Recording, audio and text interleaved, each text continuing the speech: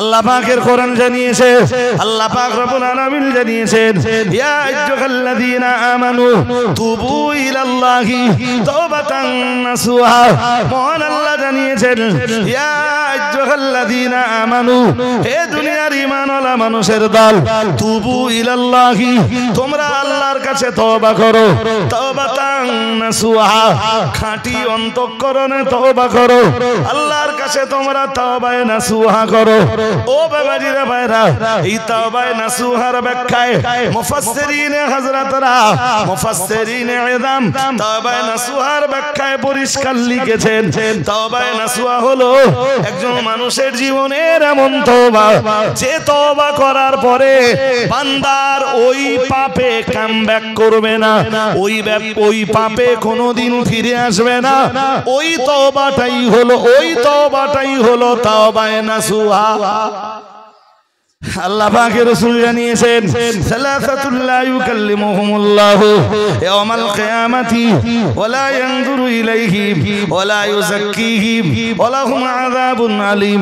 মুহাম্মাদুর রাসূলুল্লাহ সাল্লাল্লাহু আলাইহি ওয়াসাল্লাম, আমার আল্লাহর নবী জানিয়ে দিয়েছেন, ও আমার সাহাবীরা মনে রাখো, আমি মুহাম্মাদুর রাসূলুল্লাহ সাল্লাল্লাহু আলাইহি ওয়াসাল্লাম, আমি আল্লাহ পাকের নবী বলছি, সালাসাতুল লা ইউকাল্লিমুহুমুল্লাহ ইয়াওমাল কিয়ামাহ, কিয়ামতের দিন আল্লাহ তিন শ্রেণীর মানুষের সঙ্গে কথা বলবেন না, ওয়ালা ইয়ানজুরু ইলাইহিম, ওই তিন শ্রেণীর মানুষের দিকে মহান আল্লাহ ভালোবাসার নজরে দেখবেন না।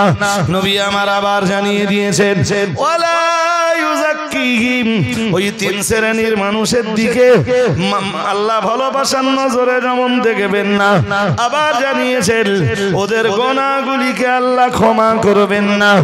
ও বাবাজিরা ভাইরা, নবী আমার আবার জানিয়েছেন, ওয়ালাহুম আযাবুন আলীম, আর ওদের জন্য রয়েছে সেদিন আল্লাহর পক্ষ থেকে অত্যন্ত যন্ত্রণাদায়ক শাস্তির ব্যবস্থা।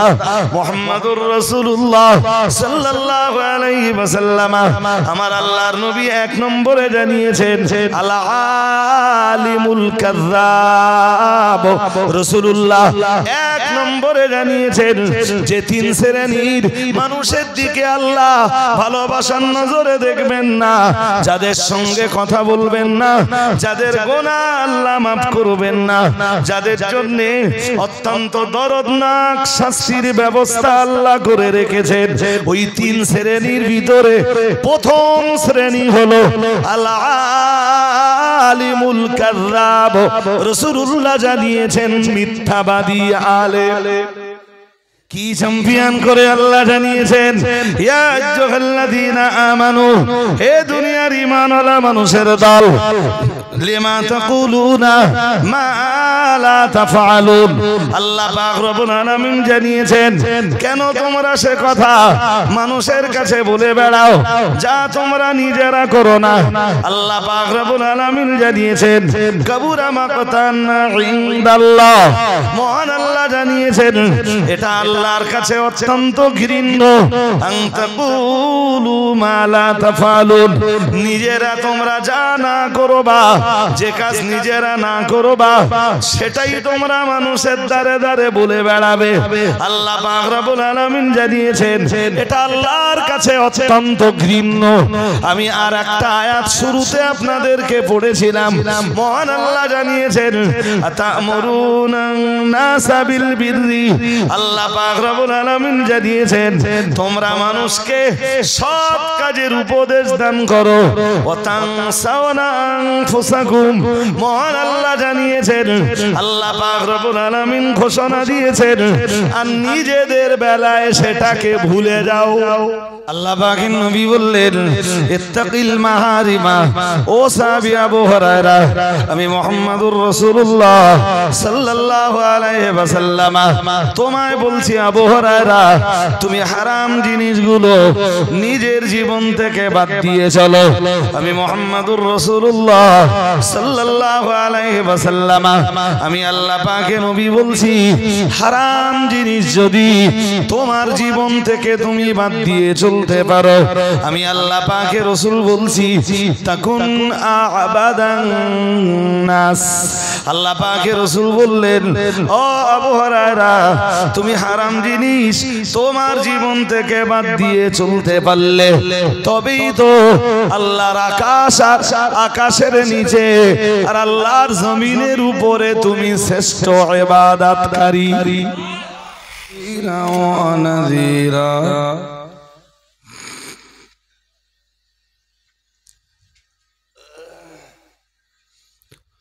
وداعيا إلى الله بإذنه وسراجا منيرا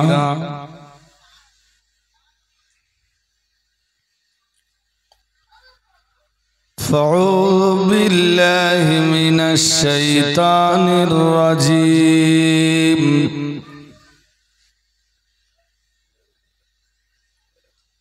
بسم الله الرحمن الرحيم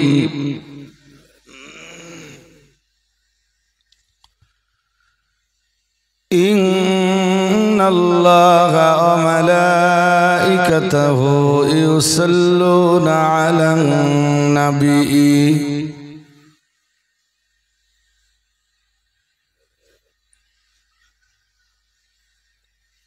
يا أيها الذين آمنوا صلوا عليه وسلموا تسليما اللهم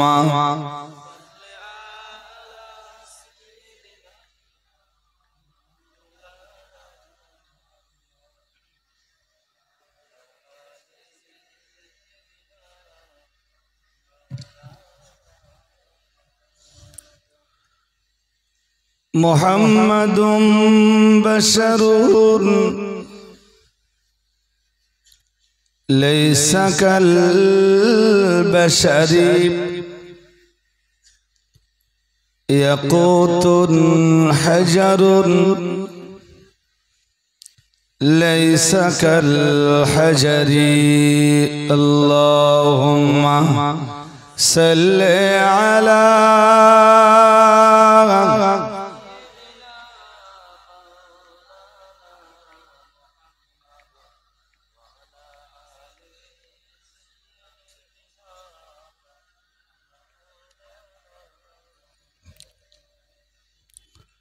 نبينا محمد رسولنا محمد حبيبنا محمد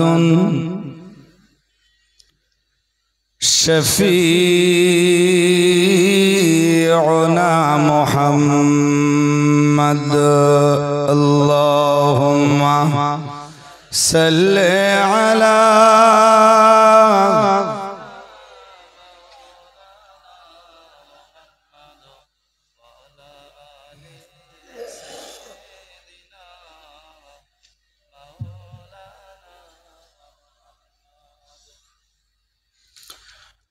جاءنا محمد بشيرا نذيرا صلوا عليه كثيرا كثيرا اللهم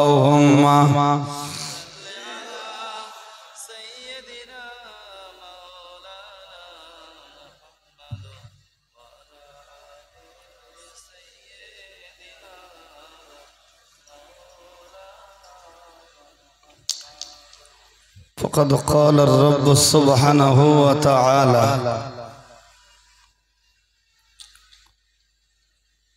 या अय्युहल्लज़ीना आमनु अत्तक़ुल्लाहा हक़्क़ तुक़ातिही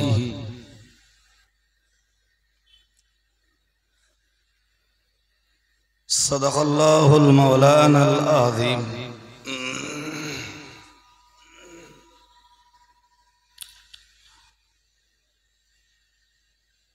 वक़ाल रसूलुल्लाहि सल्लल्लाहु अलैहि वसल्लम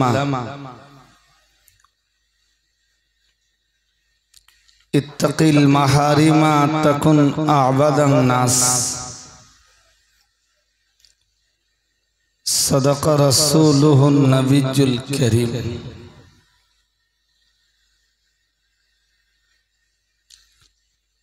प्रधान अतिथि माननीय मुफ्ती साहेब हुजूर केबला,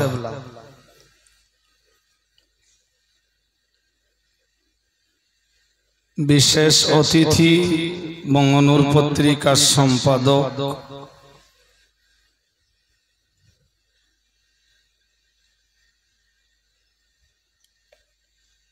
बांगाली मुस्लिम जातिर शिक्षा आंदोलनेर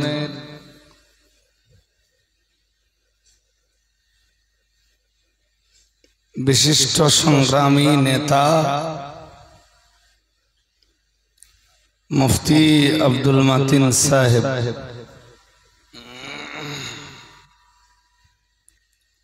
बारकल्लाहु फी हयातिहिमा,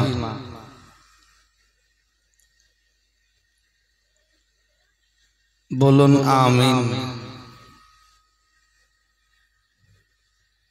এতটা মানুষ আপনারা আছেন, ফিডব্যাকটা আর একটু ভালো হতে হবে। সবাই আওয়াজ দিয়ে বলুন আমিন।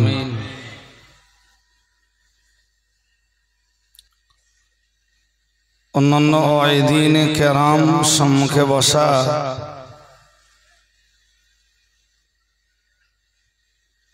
সত্যের সৈনিক,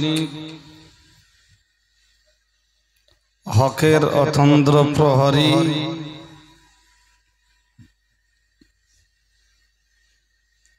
ধর্মজ্ঞান অনুসন্ধানী,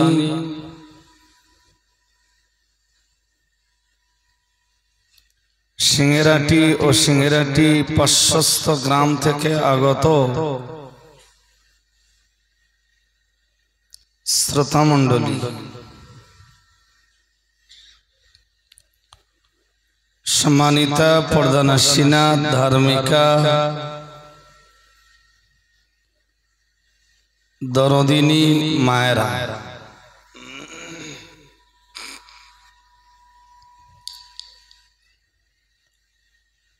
আল্লাহ পাকের দরবারে শুকরিয়া যিনি রাতের আকাশকে এ জলসা মজলিস পরিচালনার উপযোগী বানিয়েছেন। বলুন আলহামদুলিল্লাহ।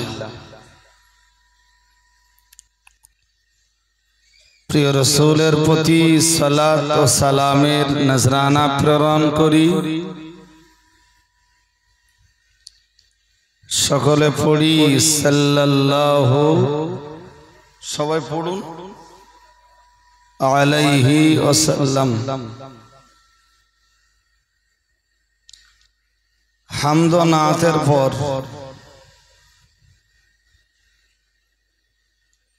বাংলার দুইজন বিশিষ্ট আলেমে দ্বীন এবং বিদগ্ধ বক্তা আপনাদেরকে নসিহত শুনিয়েছেন।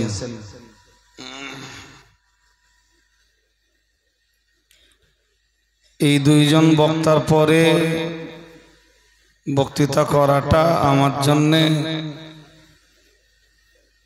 কিছুটা হলেও বেমানা।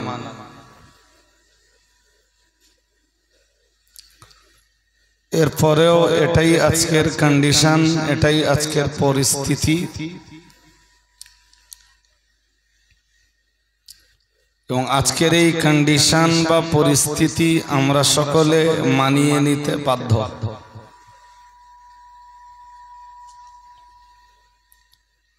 আমি বেশিক্ষণ কথা বলবো না,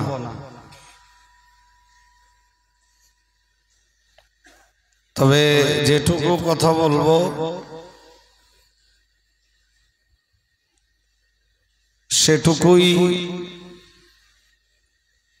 আপনাদের ধর্মজীবনের উপযোগী হয়ে উঠবে ইনশাআল্লাহ।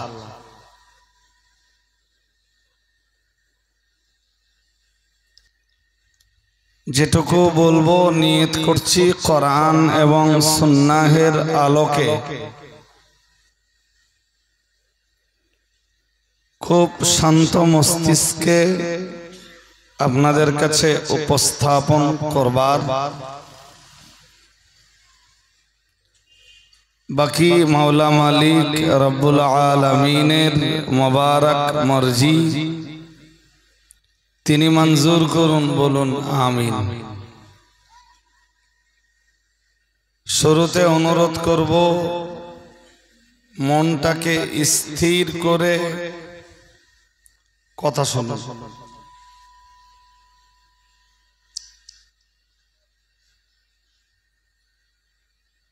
আমরা আজকের এই ছোট্ট মজলিস থেকে একটা হাদিসের একটা জ্ঞানও যদি জোগাড় করতে পারি, অথবা একটা আয়াতের একটা অংশের ইলম যদি জোগাড় করতে পারি, তবু আমরা লাভবান।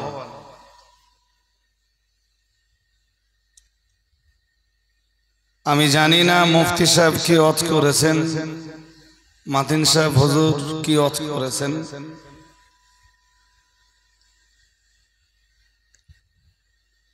আমি আমার মতো শুরু করছি। কোরআনুল কারীম হলো আমাদের সংবিধান।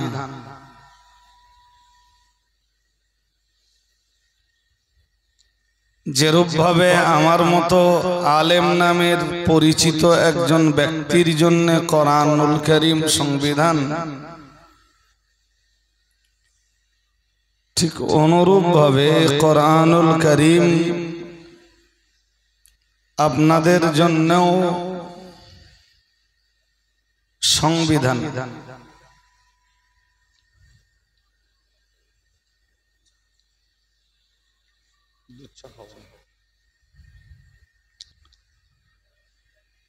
তো কোরআনুল কারীম নামের এই সংবিধান আপনি মেনে না চললে যেমন আপনি অপরাধী,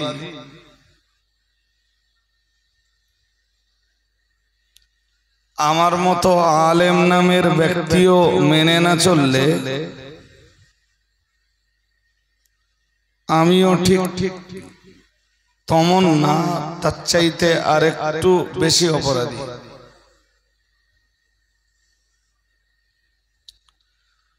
কারণ আপনার সাথে আমার পার্থক্য হলো আমি কিছুটা হলেও কোরআন বুঝি, আর আপনি কোরআন বোঝেন না।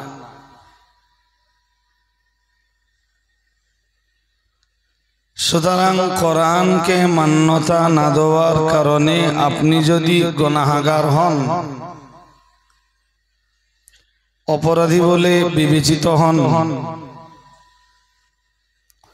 তাহলে কোরআনুল কারীমের এই সংবিধান এর মান্যতা আমি না দিলেও আমিও অপরাধী শুধু নই, আপনার চাইতে বেশ অনেকটা বেশি অপরাধী।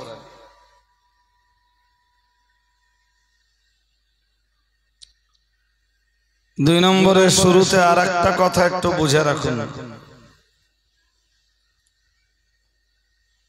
কোরআনুল কারীমের 28 পারা সূরাতুস সফের ভিতরে আল্লাহ বলেন, ইয়া আইয়ুহাল্লাযীনা আমানু, হে পৃথিবীর ঈমানওয়ালা মানুষের দল, লিমা তাকুলুনা, তোমরা কেন তা বলো, কেন তা বলে বেড়াও, মা লা তাফআলুন, যেটা নিজেরা তোমরা করো না। ইমানদারদেরকে ডাক দিয়ে আল্লাহ বলেন, তোমরা নিজেরা যেটা না করো সেটা মানুষকে কেন তোমরা উপদেশ দিয়ে বেড়াও? পরি আল্লাহ বলেন, কাবুরা মাকতান ইনদাল্লাহ, এটা আল্লাহর কাছে অত্যন্ত ঘৃণ্য যে আন তাকুলু মা লা তাফআলুন, তোমরা মানুষকে যা বলে বেড়াবে নিজেরাই সেটা করবা না, এটা আল্লাহর কাছে খুবই ঘৃণ্য। এটা আল্লাহর কাছে অত্যন্ত ঘৃণার।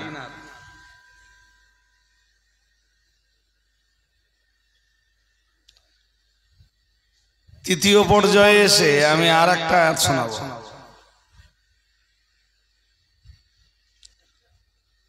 সূরাতুল বাকারার এক আয়াতে শরীফায় আল্লাহ বলেন, আতা'মুরুনা নাসা বিল বিররি, আল্লাহ বলেন তোমরা মানুষকে ভালো কাজের উপদেশ দিচ্ছ, ওয়া তানসাউনা আনফুসাকুম, আর এই ভালো কাজ করার কথা নিজের বেলায় ভুলে যাচ্ছ। খুব মন দিয়ে শুনুন কথা। আতা'মুরুনা নাসা বিল বিররি ওয়া তানসাউনা আনফুসাকুম, জিজ্ঞাসা চিহ্ন।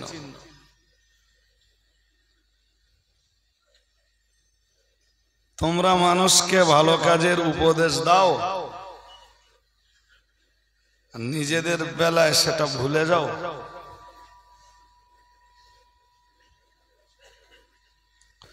ওয়া আনতুম তাতলুনাল কিতাবা, অথচ তোমরাই কিতাব পড়ো। আফালা তাকিলুন, তোমরা কি বোঝো না? তোমরা কি নির্বোধ? তোমরা কি বোধ শক্তিহীন? তোমাদের কি বুদ্ধি, বিবেক, বিবেচনা, শক্তি কিছু নেই?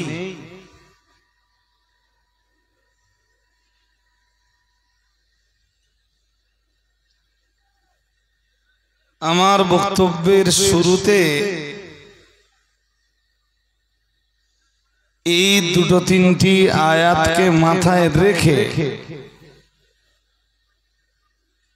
চলুন এবার স্টার্ট করি। টাইমটা একটু দেখে নেই, এখন টাইম 11:44। আমরা অন্তত 12:15 পর্যন্ত প্রথম যাই, মানে এখান থেকে 31 মিনিট।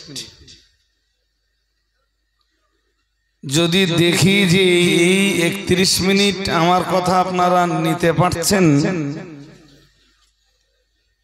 তা আবার 15 মিনিট বাড়ব।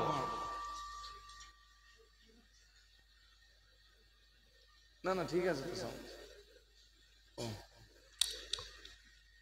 এমনি খুব অসুবিধা নেই, একদম মোটামুটি করলে হবে না, একটু খুব বেশি হলে বলতে পারেন একটু গরম আছে। এর চেয়ে বেশি কিছু তো না। তা আজকে গরম কত ছিল? 41 ডিগ্রি সেলসিয়াস। আমি না গরম এখনো খুব ভালো বুঝতে পারিনি। সবাই বলছে বিরাট গরম, ছুটিও হয়ে গেছে স্কুল। আমি খুব একটা গরম টরম বুঝতে পারি। বাড়ি এসি রুম আছে, আমি এসি রুমে থাকি না, আমি নন এসি।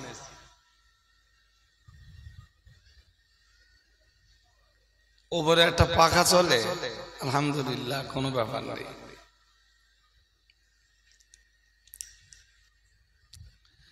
একটুখানি যদি গরম সহ্য করেন, আমার ওয়াজে খুব একটা গরম থাকবে না, একটু ঠান্ডা টাইপের ওয়াজ আজকে করি।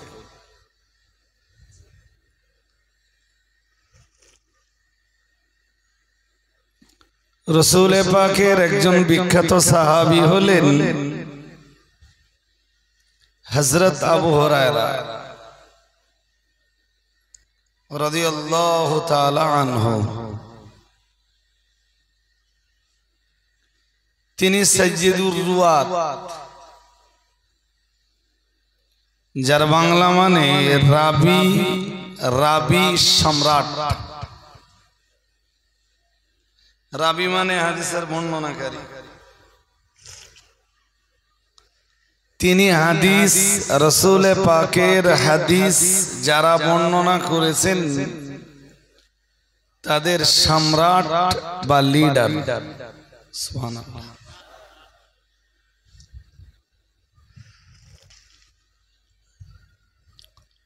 তিরমিজি শরীফের একটা হাদিস এসেছে,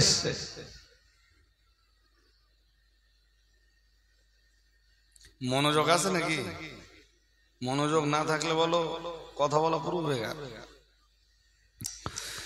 সুনান তিরমিজিতে একটা হাদিস এসেছে,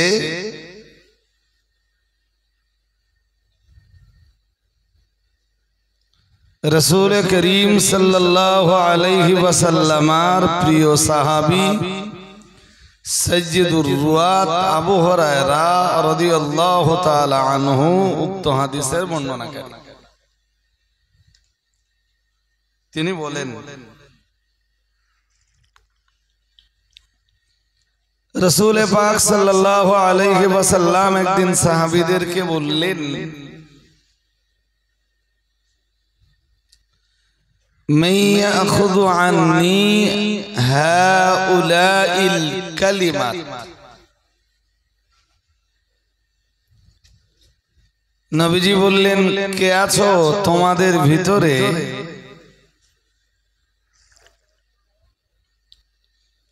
আজ আমি তোমাদের কিছু উপদেশ দেব, আমার এই উপদেশগুলোকে রিসিভ এবং অ্যাকসেপ্ট করবা।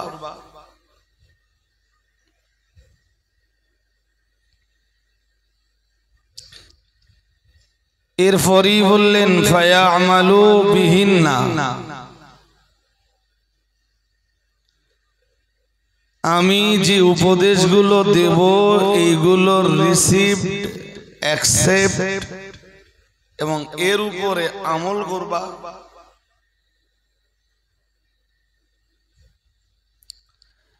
আবার বললেন, আও ইয়ামালু আও ইউআল্লিমুহুন্না মান ইয়ামালুহুন্না, কে আছে তোমাদের ভিতরে আমি যে উপদেশগুলো দেব সেইগুলোকে রিসিভ, অ্যাকসেপ্ট, তার উপরে আমল, এবং যারা আমল করতে চাইবে তাদেরকে শিখিয়ে দেবে।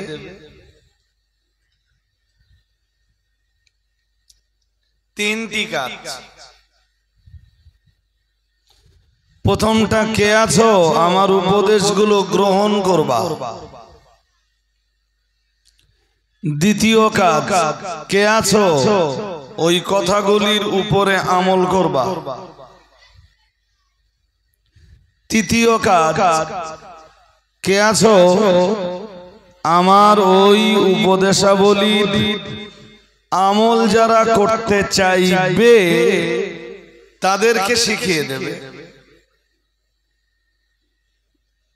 পুরো মজলিস নীরব।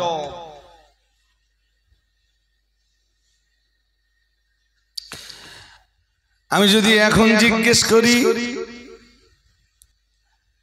যে সিংহেরাটির এই মজলিসে আজকের কে আছেন, রাসূলের সেই উপদেশগুলোর মেসেজ আমি আপনাদেরকে পৌঁছে দেব, কে আছেন গ্রহণ করবেন? আমল করবেন এবং যারা আমল করতে চাইবে শিখিয়ে দেবেন। দেখি এই মজলিসে কে আছে।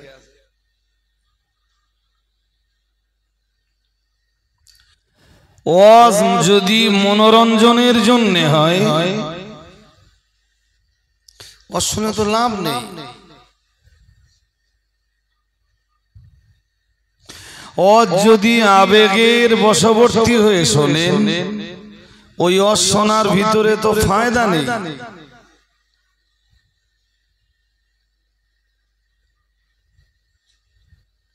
পুরো মজলিস নীরব,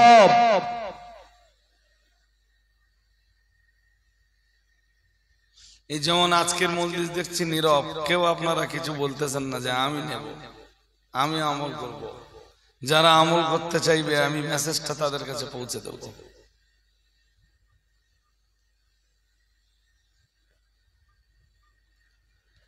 হযরত আবু হুরায়রার বর্ণনা, তিনি বলেন, ফাকুলতু আনা ইয়া রাসূলুল্লাহ,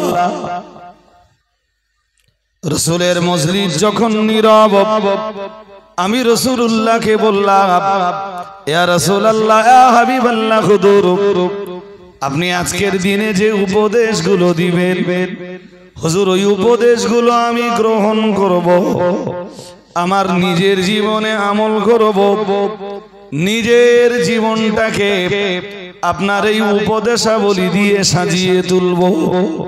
ইয়া রাসূলুল্লাহ, ইয়া হাবিবাল্লাহ, হুজুর, আর তৃতীয় দায়িত্ব হলো যারা আমল করতে চাইবে আমি আবু হুরায়রা আপনার উপদেশগুলো তাদের কাছে পৌঁছে দেব, কিংবা যারা আমল করতে চাইবে আমি আবু হুরায়রা তাদেরকে শিখিয়ে দিব।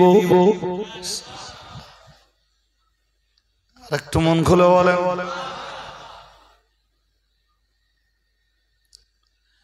শোনার আগে না একটা স্বচ্ছ মন তৈরি করুন যে আমি ওই ব্যক্তি হব। আজকে শুনবো, বুঝবো, আমল করব। যারা আমল করতে চাইবেন শিখিয়েও দেব।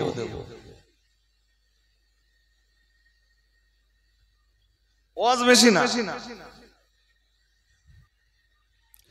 হযরত আবু হুরায়রা বর্ণনা করেন, প্রিয় নবী মুহাম্মদুর রাসূলুল্লাহ সাল্লাল্লাহু আলাইহি ওয়াসাল্লাম এর পরে ফাখাযা বিয়াদি, রাসূলুল্লাহ আমার হাত ধরলেন।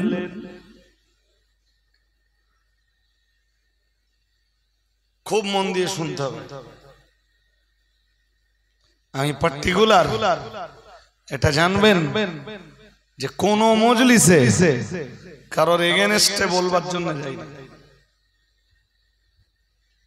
কেউ কোরআন হাদিসের আলোয় ধরা পড়ে,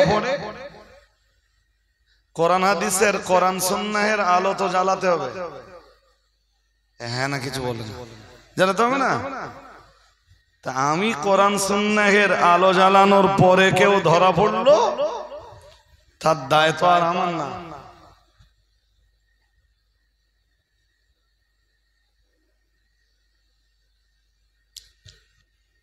আবু হুরায়রা বললেন, আমি, রাসূল হাতটা ধরলেন।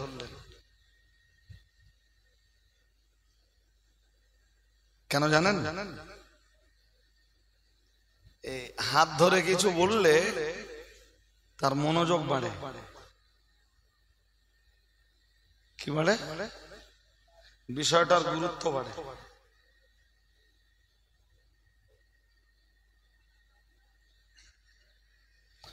হযরত আবু হুরায়রা বলেন, ফাআদ্দা খামসান, প্রিয় নবী মুহাম্মদুর রাসূলুল্লাহ সাল্লাল্লাহু আলাইহি ওয়াসাল্লাম আমার হাত ধরলেন।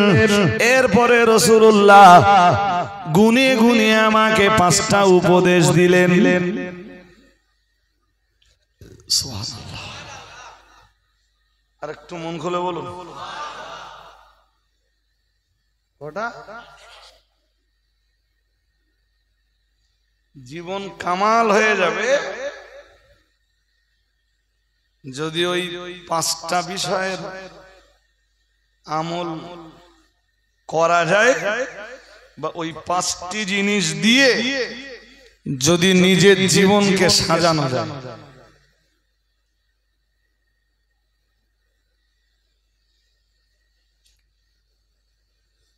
প্রথমটা বলে ফেলি নাকি? আর একটু নিয়ত করুন যে আমি লোকে মেনে না চলুক, আমি মেনে চলব।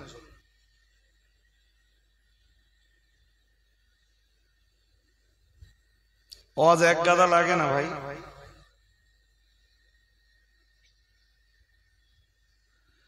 আল্লাহ পাকের নবী হযরত আবু হুরায়রাকে গণনা করে করে 5টা উপদেশ দিলেন। 1 নম্বরে বললেন, ইত্তাকিল মাহারিমা তাকুন আবাদান নাস।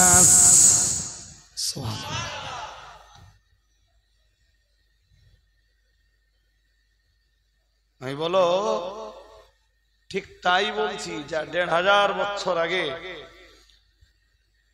কম বেশ 1500 বছর আগে রাসূলুল্লাহ হযরত আবু হুরায়রাকে বলছেন হাত ধরে, মজলিস ভরা সাহাবী, তাদের মাঝখানে রাসূল আবু হুরায়রাকে হাত ধরে বলছেন, এই আবু হুরায়রা, ইত্তাকিল মাহারিমা,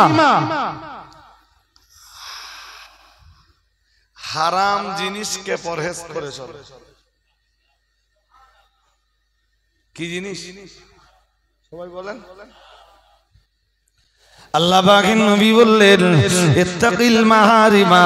ও সাহাবী আবু হুরায়রা, আমি মুহাম্মাদুর রাসূলুল্লাহ সাল্লাল্লাহু আলাইহি ওয়াসাল্লাম তোমায় বলছি আবু হুরায়রা, তুমি হারাম জিনিসগুলো নিজের জীবন থেকে বাদ দিয়ে চলো।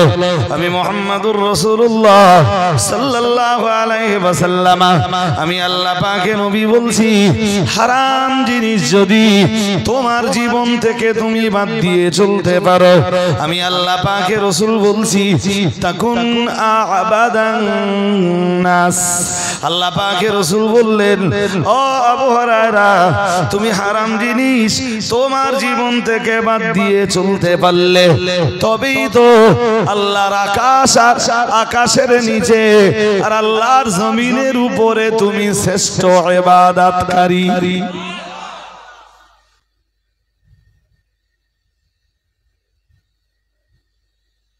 ওইটুকু উপদেশ রাসূলের প্রথম ফার্স্ট উপদেশ। গুনে গুনে কটা উপদেশ দিলেন? 5টা। প্রথম উপদেশ কি? হারাম বাদ দাও, হারাম থেকে পরহেজ করো। আবু হুরায়রা, হারাম থেকে নিজেকে গুটিয়ে রাখো। আবু হুরায়রা যেন বললেন, হুজুর হারাম বাদ দিলে আমি কি পাবো? নবীজি বললেন, কি পাবে মানে?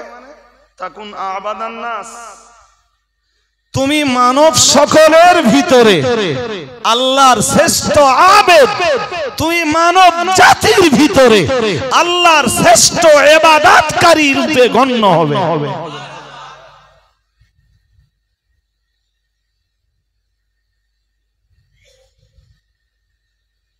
এই কথাটা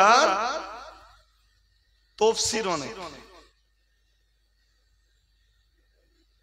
আমি 2 নম্বরে পরে যাব। প্রথমটা তো হয়েছে নাকি? হ্যাঁ না বলেন?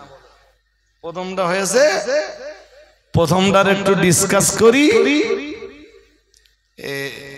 কোরআনের আয়াত হলে আরবিতে তার ব্যাখ্যাকে বলে তাফসীর, আর হাদিসের ব্যাখ্যাকে বলে তাশরীহ বা তাওদীহ।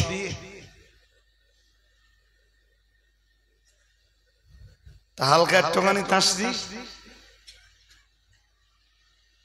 ভাই মনে রাখবেন, আমার দিকে রাস্তায় একদম দেখলে হবে না, বাইকটা এক 2টা যাবে, ইঞ্জিন ম্যানও আসতে পারে, এ রাস্তা।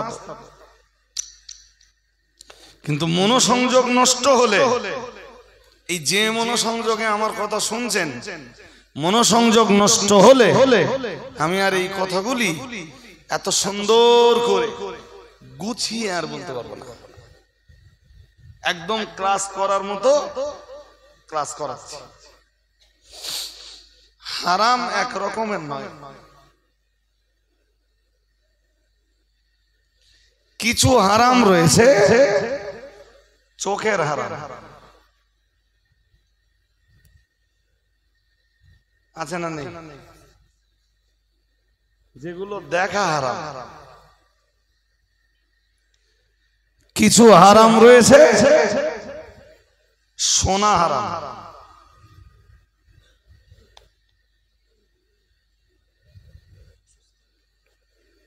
ও হায়াত আলী দফাদার কে আছেন ভাই? বাড়িতে কেউ অসুস্থ?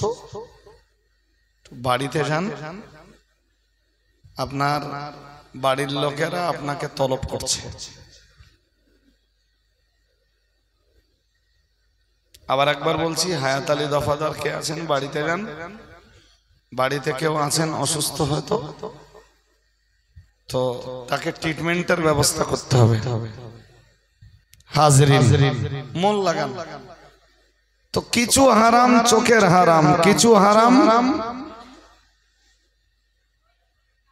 বলুন আপনি, বেশ, মানে কান দিয়ে শোনা হারাম। কিছু হারাম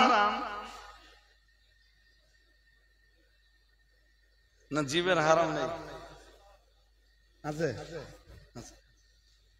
কিছু হারাম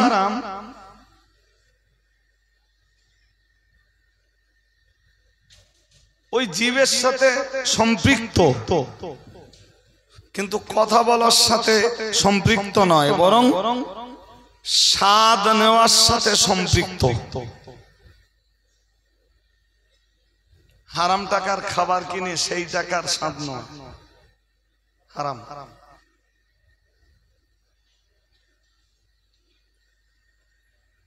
কিছু হারাম তাহলে চোখের, কানের, জিভের কিছু হারাম রয়েছে। সবাই বলছেন না কেন? আমার দিক তাকাতে হবে। কিসের?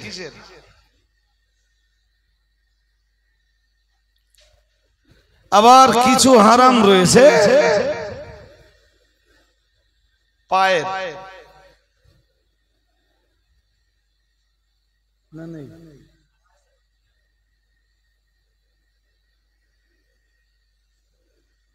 আল্লাহ পাকের কোরআন জানিয়েছে, আল-ইয়াওমা নাখতিমু আলা আফওয়াহিহিম ওয়া তুকাল্লিমুনা আইদিহিম ওয়া তাশহাদু আরজুলুহুম বিমা কানু ইয়াকসিবুন।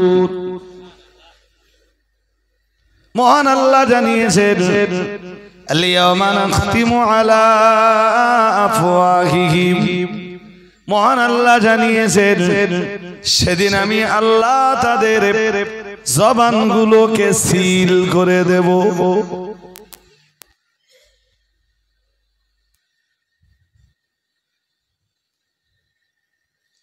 কেন সিল করবেন?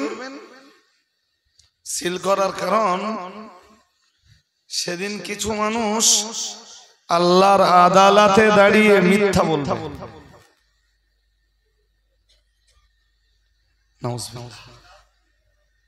আর একটু জোর করে বলুন। মিথ্যা বলবে। এই পৃথিবীর কিছু মানুষ আছে মিথ্যা বলা যাদের অভ্যাস।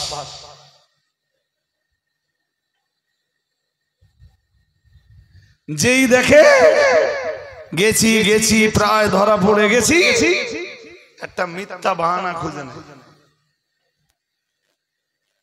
শুধু বাহানা খোঁজে না, নিজের দোষটারে লোকের ঘাড়ে চাপিয়ে দেয়।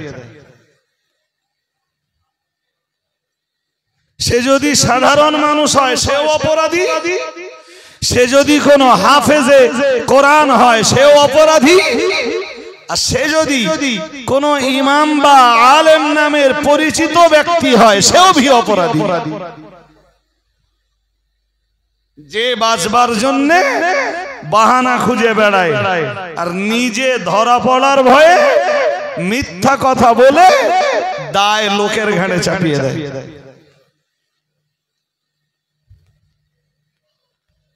যে এটা আমি করতে চাইনি গো, অমুক আমারে জোর করে করিও।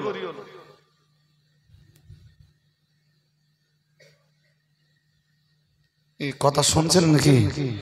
আমি এটা করতে চাইনি, অমুক আমারে হ্যাঁ। এ চরিত্র ইবলিসের।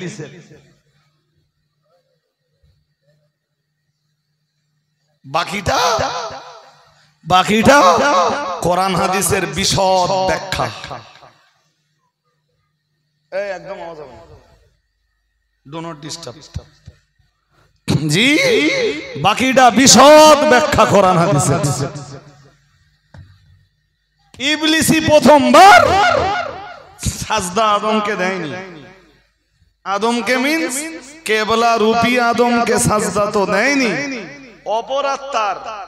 অথচ সে তার অপরাধ নিজে বাঁচবার জন্যে, নিজের অপরাধ ঢাকবার জন্যে সেই অপরাধটাকে আদম নবীর উপরে চাপিয়ে দেয়।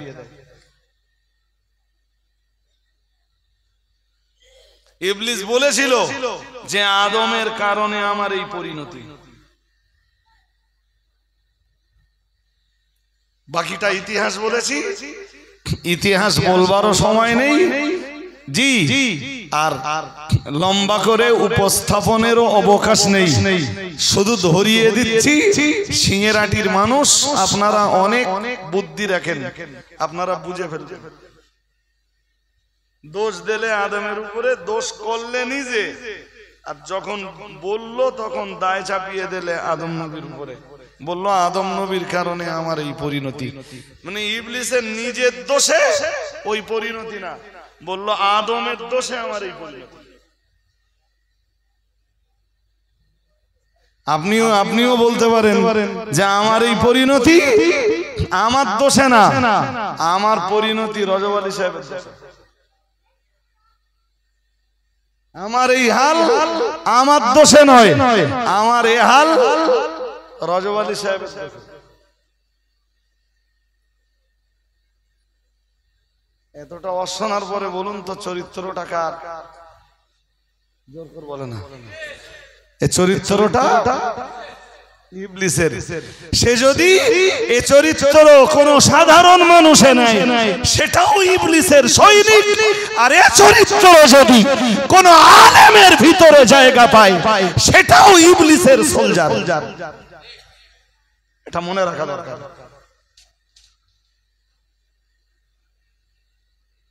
কোরআন তাই বলেছে, তাই শুরুতে বলেছিলাম, মনে আছে যে তুমি কোরআনের বিরোধিতা করলে তুমি যেমন অপরাধী, কোরআনের সংবিধানের বিরোধিতা যদি আমিও করি, আমিও অপরাধী কম নই। বরং আমি কোরআন জানা মানুষ, কোরআন বোঝা মানুষ, কোরআন প্রচার করা মানুষ। তাই আমি অপরাধ করলে অপরাধী আমি আল্লাহর কাছে আরো। জোর করে বলুন, এবার মনে পড়ছে? লোকেরে উপদেশ দেওয়ার বেলায় উপদেশ দাও, আর নিজের বেলায় মনে নেই সে কথা। কি বলেছিল মনে আছে? কি চ্যাম্পিয়ন করে আল্লাহ জানিয়েছেন, ইয়া আইয়ুহাল্লাযীনা আমানু, হে দুনিয়ার ঈমানওয়ালা মানুষের দল, লিমা তাকুলুনা মা লা তাফআলুন। আল্লাহ পাক রব্বুল আলামিন জানিয়েছেন, কেন তোমরা সে কথা মানুষের কাছে বলে বেড়াও যা তোমরা নিজেরা করো না। আল্লাহ পাক রব্বুল আলামিন জানিয়েছেন, কাবুরা মাকতান ইনদাল্লাহ। মহান আল্লাহ জানিয়েছেন, এটা আল্লাহর কাছে অত্যন্ত ঘৃণ্য। আন তাকুলু মা লা তাফআলুন, নিজেরা তোমরা যা না করবা যে কাজ নিজেরা না করবা সেটাই তোমরা মানুষের দ্বারে দ্বারে বলে বেড়াবে। আল্লাহ পাক রব্বুল আলামিন জানিয়েছেন এটা আল্লাহর কাছে অত্যন্ত ঘৃণ্য। আমি আর একটা আয়াত শুরুতে আপনাদেরকে পড়েছিলাম, মহান আল্লাহ জানিয়েছেন আতামুরুনান নাসা বিল বিররি, আল্লাহ পাক রব্বুল আলামিন জানিয়েছেন তোমরা মানুষকে সৎ কাজের উপদেশ দান করো। ওয়া তানসাউনা আনফুসাকুম, মহান আল্লাহ জানিয়েছেন, আল্লাহ পাক রব্বুল আলামিন ঘোষণা দিয়েছেন আর নিজেদের বেলায় সেটাকে ভুলে যাও। জিজ্ঞাসার চিহ্ন।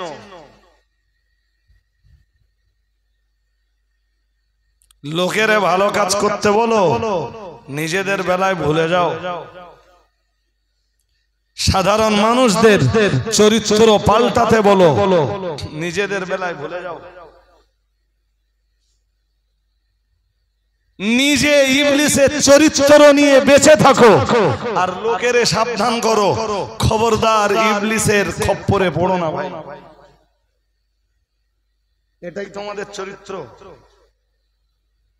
আমি জিগাচ্ছি না, আল্লাহ জিগাচ্ছেন কোরআনে আতামুরুনান নাসা বিল বিররি ওয়া তানসাউনা আনফুসাকুম ওয়া আনতুম তাতলুনাল কিতাবা আফালা তাকিলুন।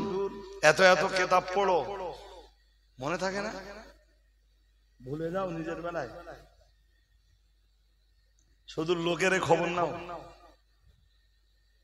সাধারণ লোকগুলোরে ইবলিসের সোলজার মনে করো আর নিজেরা ইবলিসের টুপি পরে বসে থাকো।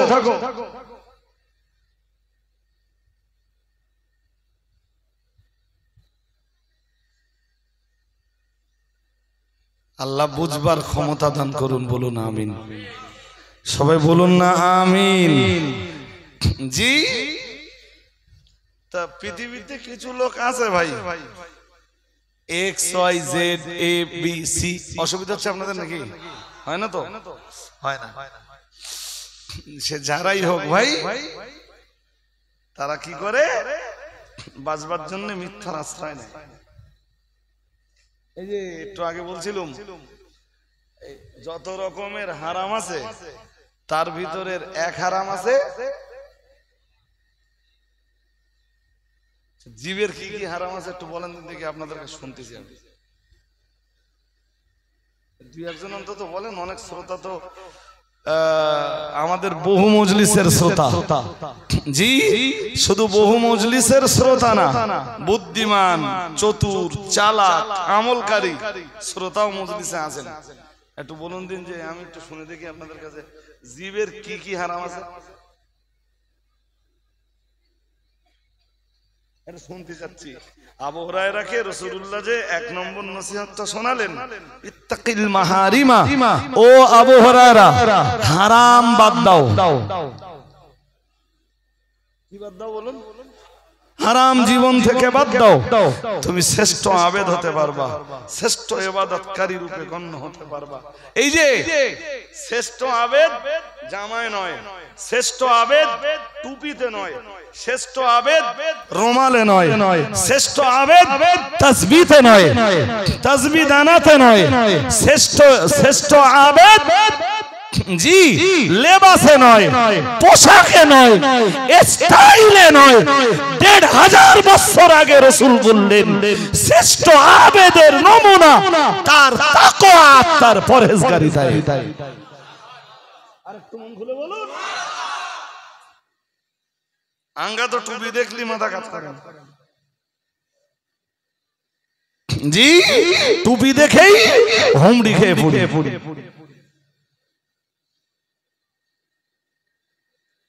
তা আমার জীবনে আমি কম টুপি দেখিনি, বলো ভাই, কম টুপি দেখিনি, বহু টুপি দেখেছি। জি, আমার নিজেরও ভয় হয়। আল্লাহর কাছে শুধু দোয়া করুন জীবনে যেন কদমটা পিছলে না যায়। বলুন আমিন। সবাই বলুন আমিন। কদম বলো যে কোনো মুহূর্তে, যে কোনো কন্ডিশনে, যে কোনো সময়ে পিছলে যেতে পারে। পিছলে দেওয়ার জন্য লড়াই চালিয়ে যাচ্ছে ইবলিস শয়তান।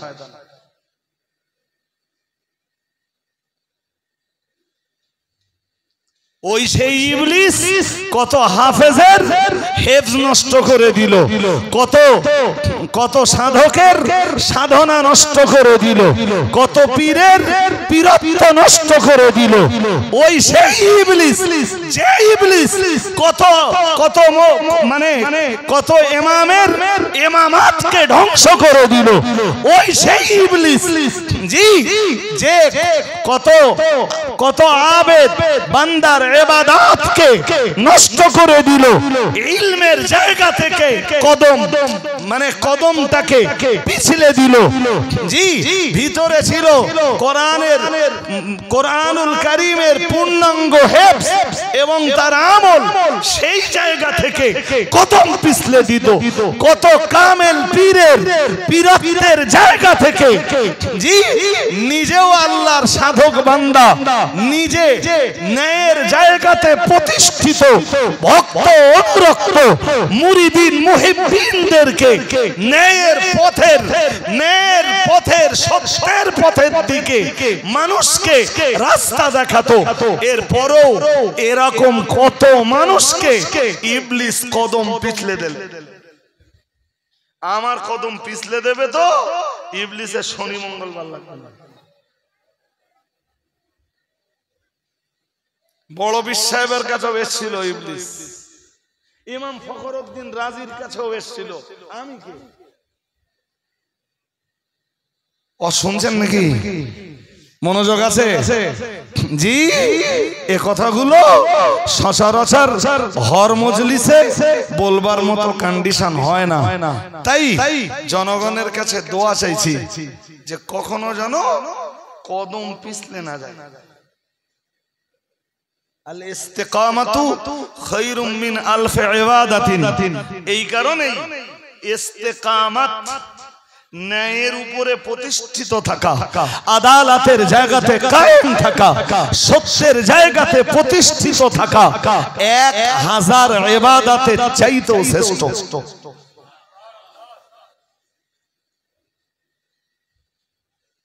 কি বলছি বুঝতে অসুবিধা হচ্ছে?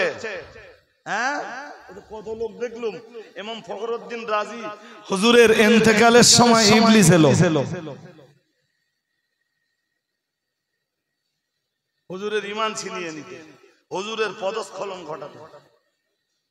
বড় পীর সাহেবের কাছে ইবলিস এসে হাজির হলো। বড় পীর সাহেব হুজুর কিবলা রাহমাতুল্লাহ আলাইহিকে পদস্খলন ঘটাতে বড় পীর সাহেব বুঝতে পারলেন ইবলিসের খপ্পর থেকে বেঁচে গেলেন। ইমাম ফখরউদ্দিন রাজি বুঝতে পারলেন ইবলিসের খপ্পর থেকে বেঁচে গেলেন।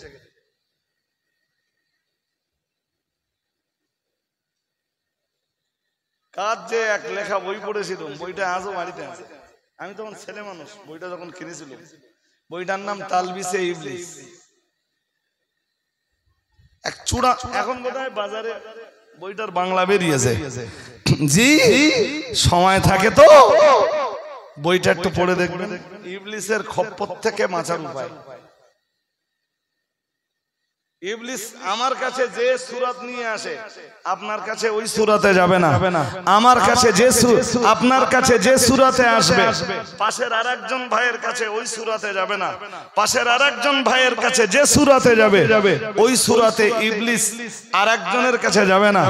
আরেকজনের কাছে ইবলিস যে সূরাতে যাবে সেই সূরাতে ইবলিস ও গিরগেটির মতো রং বদলাতেই থাকবে।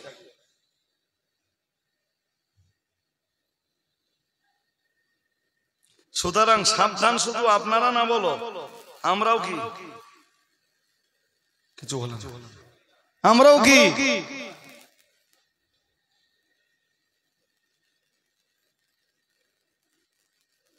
কেন বলেন? হাদিস শরীফে দুটো হাদিস এসেছে জানেন। এসব বললে ভাই অনেক সময় লাগবে, অনেক সময়।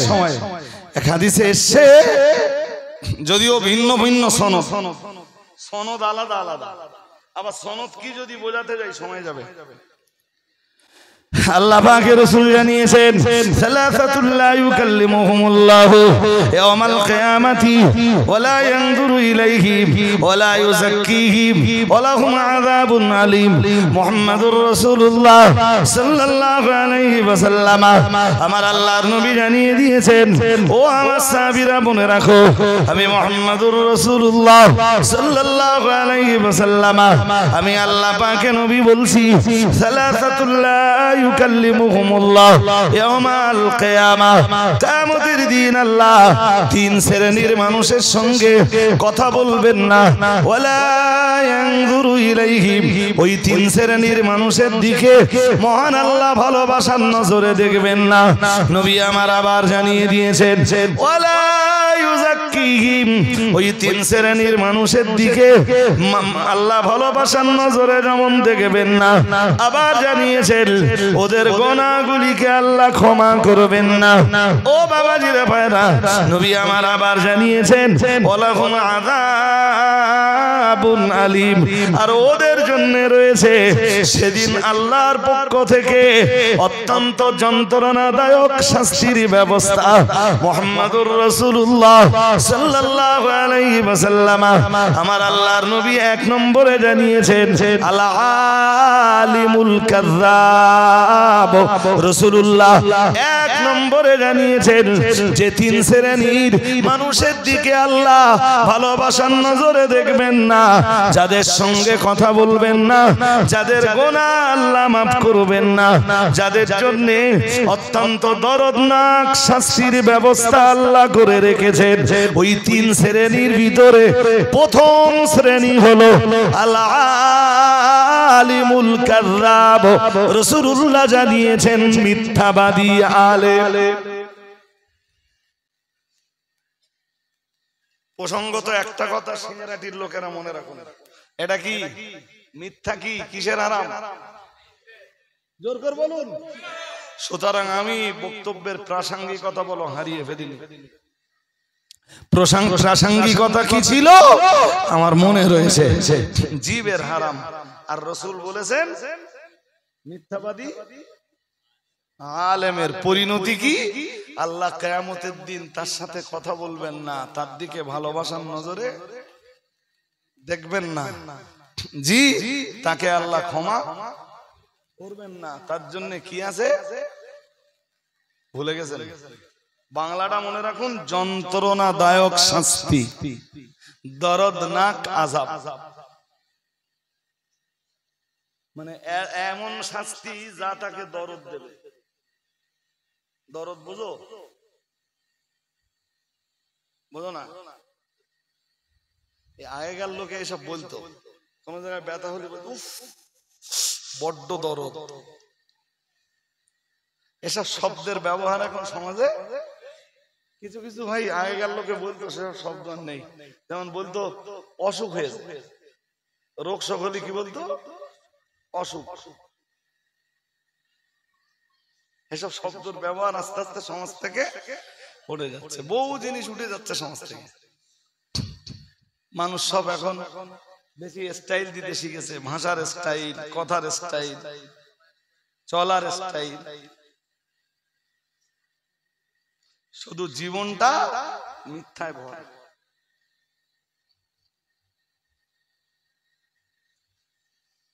সিঙ্গারাটির লোকেরা একটু মনে রাখুন, সব সময় মনে রাখবেন, সত্যের জয় মিথ্যার লয়, মিথ্যার লয় বা ক্ষয়।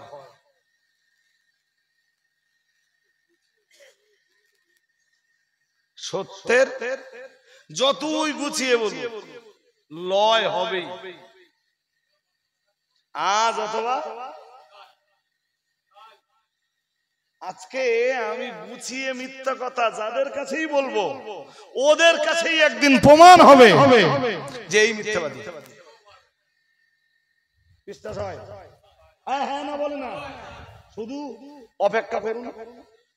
তা যদি না হয় তাহলে কোরআন সুন্নাহের থিওরি ঠিক নয়।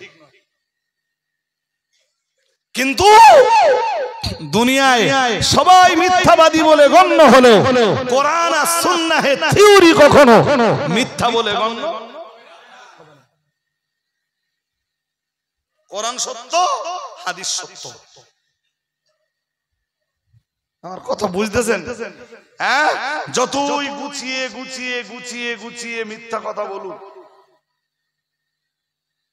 যাদের কাছে গুছিয়ে গুছিয়ে মিথ্যাগুলো বলা হচ্ছে এদের কাছেই একদিন প্রমাণ হবে যে মিথ্যাবাদী।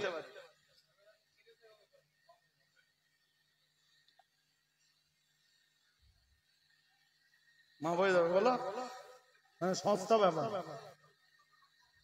বিরাট সস্তা, তাই না? জি, তাই উত্তরটা লেলাও একেবারে আমার কাছে। উত্তরটা নিতে আর দেরি করে কি হবে? কিছু রাত আছে ভাই, যে রাতগুলোতে আল্লাহ গুনাহ মাফ করে। কাদের? তওবাকারীদের। কাদের? হ্যাঁ, সত্যি সত্যি মাফ করে দেয়। আল্লাহ পাকের কোরআন জানিয়েছে, আল্লাহ পাক রব্বুল আলামিন জানিয়েছেন, ইয়া আইয়ুহাল্লাযীনা আমানু তুবু ইলাল্লাহি তাওবাতান নাসুহা। মহান আল্লাহ জানিয়েছেন, ইয়া আইয়ুহাল্লাযীনা আমানু, হে দুনিয়ার ঈমানওয়ালা মানুষের দল, তুবু ইলাল্লাহি, তোমরা আল্লাহর কাছে তওবা করো, তাওবাতান নাসুহা, খাঁটি অন্তঃকরণে তওবা করো, আল্লাহর কাছে তোমরা তওবায়ে নাসুহা করো। ও বাবাজিরা ভাইরা, এই তাওবায়ে নাসুহার ব্যাখ্যায় মুফাসসিরিনে হযরতরা, মুফাসসিরিনে ইযাম তাওবায়ে নাসুহার ব্যাখ্যায় পরিষ্কার লিখেছেন, তাওবায়ে নাসুহা হলো একজন মানুষের জীবনের এমন তওবা যে তওবা করার পরে বান্দার ওই পাপে কামব্যাক করবে না, ওই পাপে কোনোদিন ফিরে আসবে না। ওই তওবাটাই হলো তাওবায়ে নাসুহা। আমিও তো বলছি তওবা কবুল হয়, আমি কখন বললাম তওবা কবুল হয় না? যেখানে কোরআন বলেছে তওবা বান্দা তওবা করলে কবুল হয়, যেখানে হাদিস বলেছে তো বান্দা তওবা করলে কবুল হয়, আমার সেখানে অধিকার আছে নাকি এই কথা বলার যে তওবা করলে আল্লাহ নেবে না? আমিও বলছি নেবে, তার শর্ত আছে। কি আছে? কথা বলেন না কেন? কি আছে? কি শর্ত জানো? একজন লোক মদ খাচ্ছে, এই যে শবে বরাতের রাত বা কদরের রাতে তওবা করছে, আমি মদ খাবো না। সত্যি সত্যি যদি সারা জীবনে কোনোদিন আর মদের বোতল স্পর্শ না করে, তখন ওর তওবা কবুল হবে। There is no doubt. No? আমি হাফেজ নই, তবে মনে হয় যে তওবা সংক্রান্ত যত আয়াত আছে জিজ্ঞেস করলে বলতে পারবে, আর বলতে না পারলেও পড়লে বুঝতে পারবে। আর আমার এই মোবাইলের ফোল্ডারে সব এক জায়গায় করা আছে, কোন বিষয়ের কি আয়াত আছে সব হয়তো এক জায়গায় করতে পারি না। এরপরেও বলছি, আমি নিজে হাফেজ না হলেও আপনি পড়বেন, বলে দেব যে এই আয়াতের বিষয়ে। বাকি ইচ্ছাকার জোর করে বলুন। কোরআন শরীফের 24 পারা সূরা জুমার, সূরা বলুন বলুন। এই আপনি তুলে ধরলেন তাই বলতেছি যে মিথ্যা কথা বলে নেব আর আল্লাহ সব কি করবে? তওবা করব। আর তওবাটা কি? তওবাটা যে কি আমার দেশের বহু মৌলবীতেও জানে না। আর আমি ঠিক বলছি।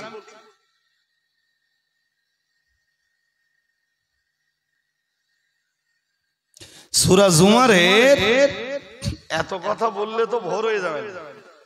সূরা জুমারের 53 আর 54 নম্বর আয়াতে আল্লাহ বলেন, 53 নম্বর আয়াতটা হালকা করে বলে নেই, নাহলে ঠিক মানে মজবে না আর কি। হ্যাঁ, يا عبادي الذين أسرفوا على أنفسهم لا تقنطوا من رحمة الله إن الله يغفر الذنوب جميعا إنه হুয়াল গফুরুর রহিম।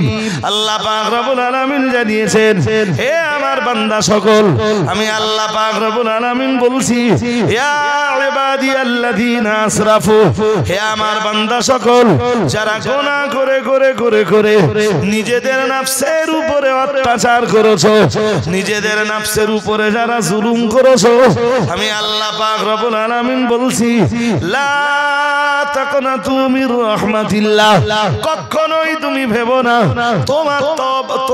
তোমার গুনাহ আল্লাহ মাফ করবেন না, তোমার পাপ আল্লাহ মোচন করবেন না, এমনটা জানো তুমি কখনোই ভেবো না। তুমি আল্লাহর রহমত থেকে নিরাশ হয়ে যেও না, তুমি আল্লাহর মাগফিরাত থেকে নিরাশ হয়ে যেও না।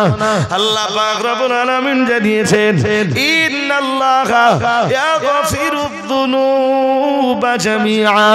ও বান্দা মনে রাখো, হে ওই সকল বান্দার দল মনে রাখো, যারা পাপ করে করে করে করে নিজেদের আত্মার উপরে জুলুম করেছো, নিজেদের নফসের উপরে যারা অত্যাচার করেছো, আমি আল্লাহ পাক রব্বুল আলামিন বলছি, ভেবো না তোমরা আল্লাহ তোমাদেরকে ক্ষমা করবেন না, আল্লাহর মাগফিরাত তোমাদের নসিবে আর জুড়বে না, আল্লাহ তোমাদেরকে আর মাফ করবেন না, আল্লাহর মাগফিরাত তোমরা আর পাবে না। খবরদার জানো এমনটা তোমরা ভেবো না। আমি আল্লাহ পাক রব্বুল আলামিন বলছি, ইন্নাল্লাহা ইয়াগফিরুদ যুনুবা জামিআ। আল্লাহ পাক রব্বুল আলামিন জানিয়েছেন, নিশ্চয়ই আল্লাহ তার বান্দাদিগের গুনাহ সকলকে মাফ করে দেয়, আল্লাহ তার বান্দাদের সব গুনাহ মাফ করে দেন।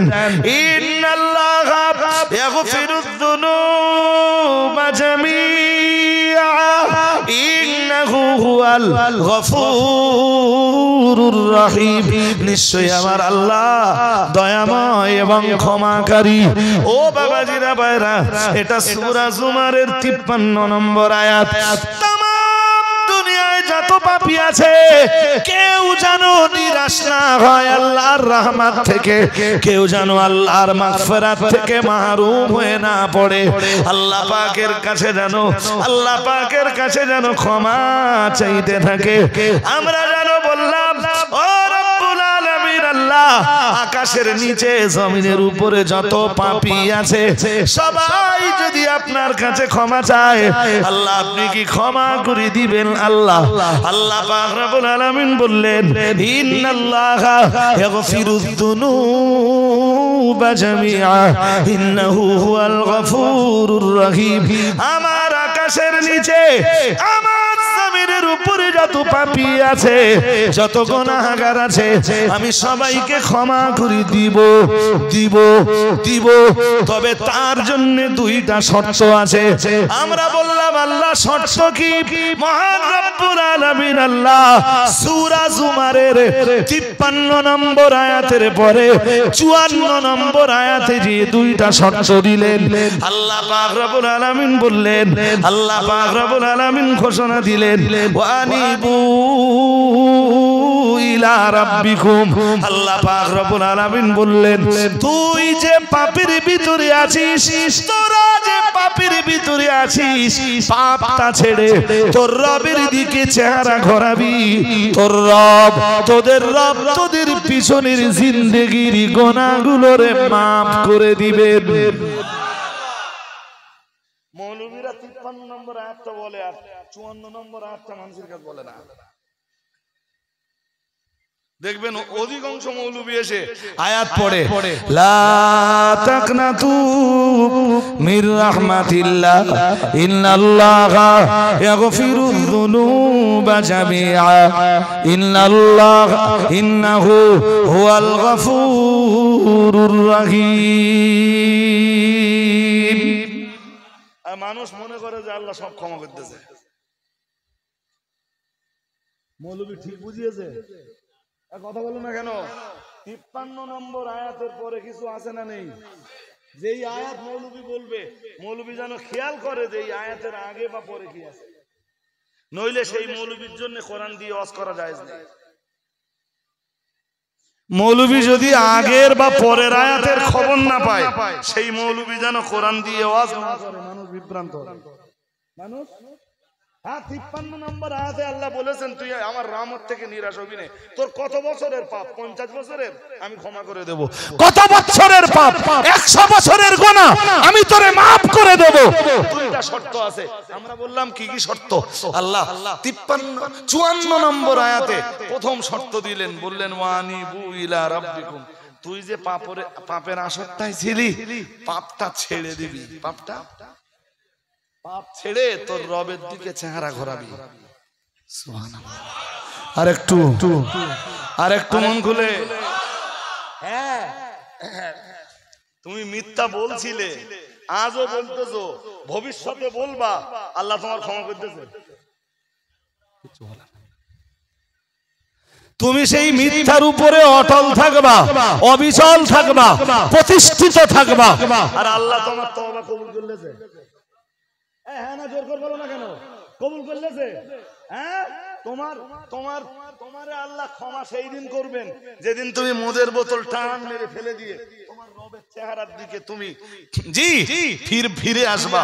যেদিন তুমি তোমার রবের কুদরতি চেহারার দিকে তাকাবা, মদের বোতলটাকে টান মেরে ফেলে দিয়ে সেদিন তোমার রব তোমার 30 বছরের মদ খাওয়া গুনাহ মাফ করে দিবেন। আমি তো একবারও বলিনি মাফ করবেন না, আমি বলেছি মাফ করবে না, কথা একবারও বলেছি। আমিও তো বলছি মাফ করে দেবে। শর্ত আছে না নেই? হ্যাঁ, মৌলভী শর্তের কথা বলে না। জি, রিয়াজুস সালেহিন কিতাবের নাম কি? রিয়াজুস।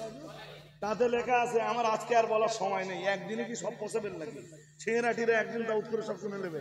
রিয়াজুস সালেহিনে তওবার অধ্যায়ে বলা হয়েছে তওবার 6টা শর্ত। কয়টা? কথা বলো না কেন? কয়টা? 6টা শর্ত নিয়ে ওয়াজ করতে গেলে আর একটা মসজিদ দরকার।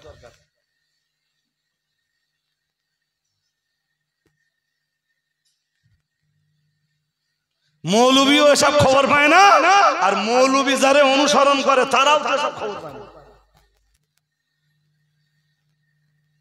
এখনকার অধিকাংশ মৌলবী তো অনুসরণ করতেছে জাহেলের। কিসের? কথা বলো না কেন? কিসের? জাহেলের অনুসরণ করলে এসব খবর পাওয়া যায় নাকি? তুমি আলেমের দরবারে যাবে, হাক্কানি আলেমের দরবারে যাবে, তবে এই খবরগুলো পাবা।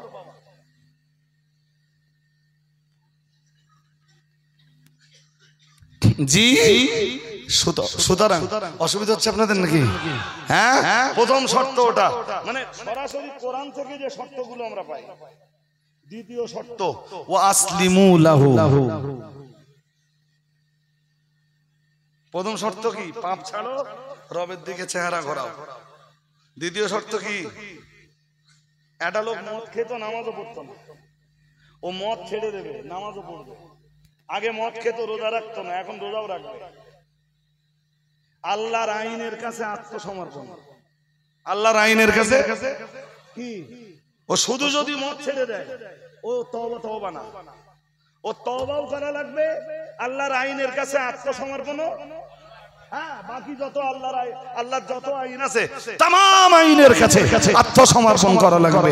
মদও খেত, সুদও খেত, মদও ছাড়া লাগবে, এখন সুদও।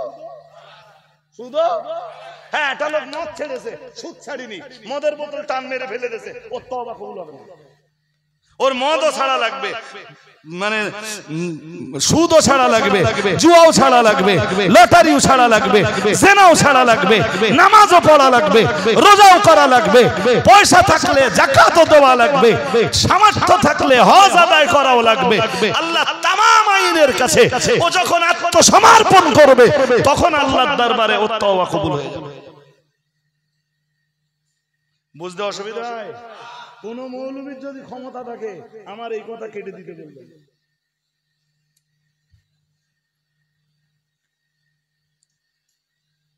এদেশে তো চলে অধিকাংশ বাংলা মৌলবী।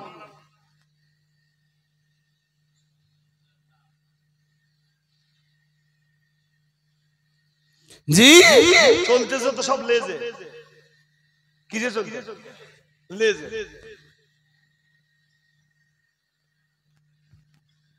সুতরাং এই সমস্ত কথা বলে মানুষকে বোকা বানানোর চেষ্টা করে কোনো লাভ নেই, কোনো লাভ নেই। জি। আর মিথ্যা বলে যদি, মনে রাখবেন, মিথ্যা বলে যদি, মিথ্যা দিয়ে যদি জনগণকে বোকা বানিয়ে ধর্ম থেকে সরিয়ে দেওয়া হয়, তাহলে ওর তওবা কি জানো? প্রকাশ্য ময়দানে জনগণকে বলা লাগবে যে আমি সেদিন মিথ্যা বলে আপনাদেরকে বিভ্রান্ত করেছিলাম, আমি আল্লাহর কাছে তওবা করেছি, আপনাদেরকে এখন বলছি আমাকে আপনারা ক্ষমা করুন, আর আমি সেদিন যে রাস্তাটা দেখিয়েছিলাম ওই রাস্তাটা সঠিক না, এখন যেটা বলতেছি এইটা সঠিক, তবে ও তওবা করবে।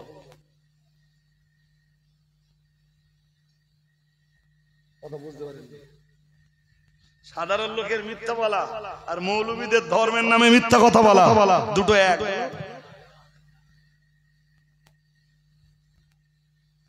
কি কি কি বলেছিলাম বলেন, সব একদম শুরুতে কি বলেছিলাম বলেন দিন, মনে আছে? সাধারণ মানুষের জন্য কোরআন সংবিধান, আলেমের জন্য কোরআন সংবিধান। কোরআন যদি সাধারণ মানুষ না মেনে চলে সেও অপরাধী, আর যদি আলেম মেনে না চলে, এটা সব ভুলে গেছেন শুরুতে, তাহলে আমার এই কথা বলার কি দরকার ছিল? আলেমের কথা কি জাতি বিভ্রান্ত হয় অথবা জাতি সঠিক রাস্তার সন্ধান পায়। যেই মৌলানা, যেই আলেম জাতিকে বিভ্রান্ত করে মিথ্যা দিয়ে, কারোর নামে তহমত দিয়ে, কারোর নামে অপবাদ দিয়ে, কারোর নামে গীবত করে, জি, কিংবা নামিমাতের মতো কঠিন গুনাহ করে, যখন জাতিকে কোন মৌলানা, কোন আলেম, কোন হাফেজ, কোন মুফতি, কোন কারি কেউ যখন জাতিকে বিভ্রান্ত করে, তওবা হলো প্রকাশ্য জাতির কাছে ক্ষমা চাইতে হবে। ক্ষমা তো সে আল্লাহর কাছে চাইবে, প্রকাশ্যভাবে জাতিকে বলতে হবে যে আমি এই মিথ্যা কথা দিয়ে তোমাদেরকে বিভ্রান্ত করেছিলাম, এখন আমি সঠিক রাস্তার সন্ধান পেয়েছি। তোমরা ভাই আমার সেদিনের দেখানো সে রাস্তায় চলো না, বরং আজকে যেটা বলছি তোমরা এই রাস্তাটা ধারণ করো। আমার কথা বুঝতেছেন?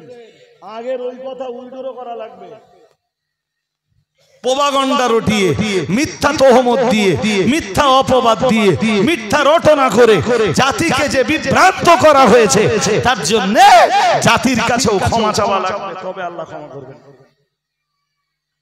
ক্ষমা খুব সোজা পেয়ে গেছে, বলো? হ্যাঁ, এই জন্য তো মৌলবী খুব সাবধান, খুব খুব খুব খুব সাবধান।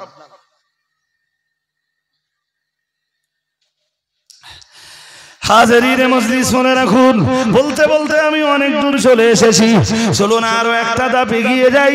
প্রিয় নবী মুহাম্মদুর রাসূলুল্লাহ সাল্লাল্লাহু আলাইহি ওয়াসাল্লাম নবী আমার জানিয়ে দিয়েছেন, ও আমার সাহাবীরা মনে রাখো, আমি মুহাম্মদুর রাসূলুল্লাহ সাল্লাল্লাহু আলাইহি ওয়াসাল্লাম বলছি, আয়াতুল মুনাফিক সালাসুন। প্রিয় নবী মুহাম্মদুর রাসূলুল্লাহ সাল্লাল্লাহু আলাইহি ওয়াসাল্লাম আমার আল্লাহর নবী জানিয়ে দিয়েছেন, আয়াতুল মুনাফিক সালাসুন, মুনাফিকের নমুনা হলো তিনটা।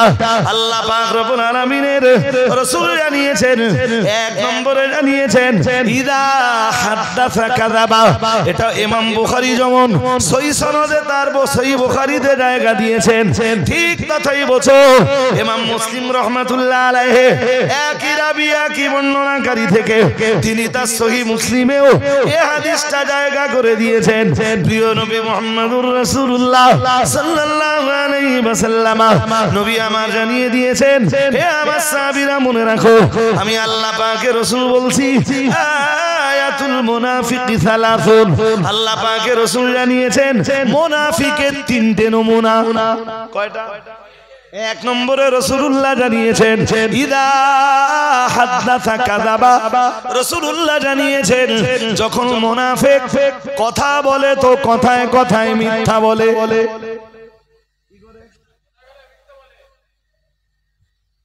চলুন কোরআন দেখি, কোরআনের 28 পারা সূরা মুনাফিকুন। মুনাফিকদের চেনার জন্য আল্লাহ কোরআনুল কারীমে আলাদা একটা সূরাই নাযিল করেছেন। সূরাটার নাম সূরাতুল মুনাফিকুন। নাম কি? এই সূরার রস কোনদিন শুনেছেন? কিচ্ছু শোনেন। অথচ সিঙ্গারাটির লোকেরা মনে করতেছে কি যে হুজুর কাছে যত ওয়াজ আছে সব শুনে ফেলেছি। আল্লাহ সূরাতুল মুনাফিকুনের প্রথম আয়াতে বলেন ইন্নাল মুনাফিকিনা লাকাযিবুন। আল্লাহ বলেন মুনাফিক যারা হয় ওরা মিথ্যাবাদী হয়। কি হয়? জোর করে বলেন কি হয়? তাহলে আয়াতের সাথে হাদিস মিলতেছে না মেলে না? নবীজি কি বললেন যে মুনাফিকের নমুনা তিনটি, ইদা হাদাসা কাযাবা। বাকি দুইটার খুব বেশি কাজ আজকে নেই, আর যদি ব্যাখ্যা করে বলতে সময় দেন আমার আছে, কাজ আছে, কাজ নেই কেন? অবশ্যই। বাট মুনাফিকের ফার্স্ট নমুনা যখন কথা বলে সে আল্লাহ কোরআনের সূরাতুল মুনাফিকুন, জি এই সূরাটায় আল্লাহ তাই বলেছেন। আল্লাহ পাক রব্বুল আলামিন জানিয়েছেন ইন্নাল মুনাফিকিনা লাকাযিবুন। আল্লাহ পাক রব্বুল আলামিন জানিয়েছেন নিশ্চয়ই মুনাফিকরা মিথ্যাবাদী। ও বাবাজিরা ভাইরা, আমি আপনাকে ওটাই বলছিলাম। আমি একটা কথা বলতে বলতে প্রসঙ্গক্রমে অন্য খানিকটা রাস্তা ধরেছিলাম। চলুন এবার বিষয়টায় ফিরে আসি। একবার বুঝিয়ে বুঝিয়ে বলেছিলাম মানে সত্যের জয় আর মিথ্যার ক্ষয়, এটা আজকে যদি আপনি চোখে নাও বা দেখতে পান, আগামী দিনে দেখতে পাবেন।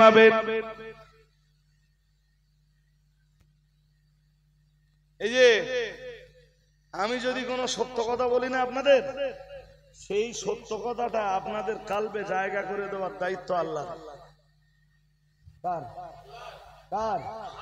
কোন মিথ্যা যদি বলি তো সেই মিথ্যা আপনাদের কল্প থেকে জি অমিট করে দেওয়ার দায়িত্বটাও।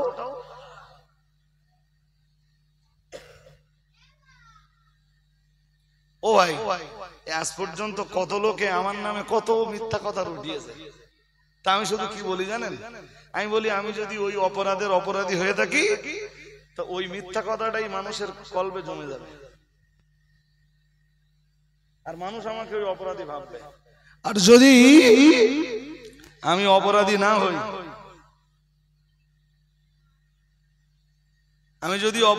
হই, তাহলে যে মিথ্যাগুলো আমার নামে বলা হচ্ছে ওই মিথ্যাগুলো আল্লাহ মানুষের অন্তর থেকে অমিট করে দেবে। তবে দুটো নসিহত, আধ ঘন্টা ওয়াজ করবো বলেছিলাম না, 1 ঘন্টা হয়ে গেছে। চলুন দুটো নসিহত। হযরত মুসা আলাইহিস সালাম এক কঠিন পিরিয়ডে তিনি তার মায়ের কোলকে আলোকিত করলেন।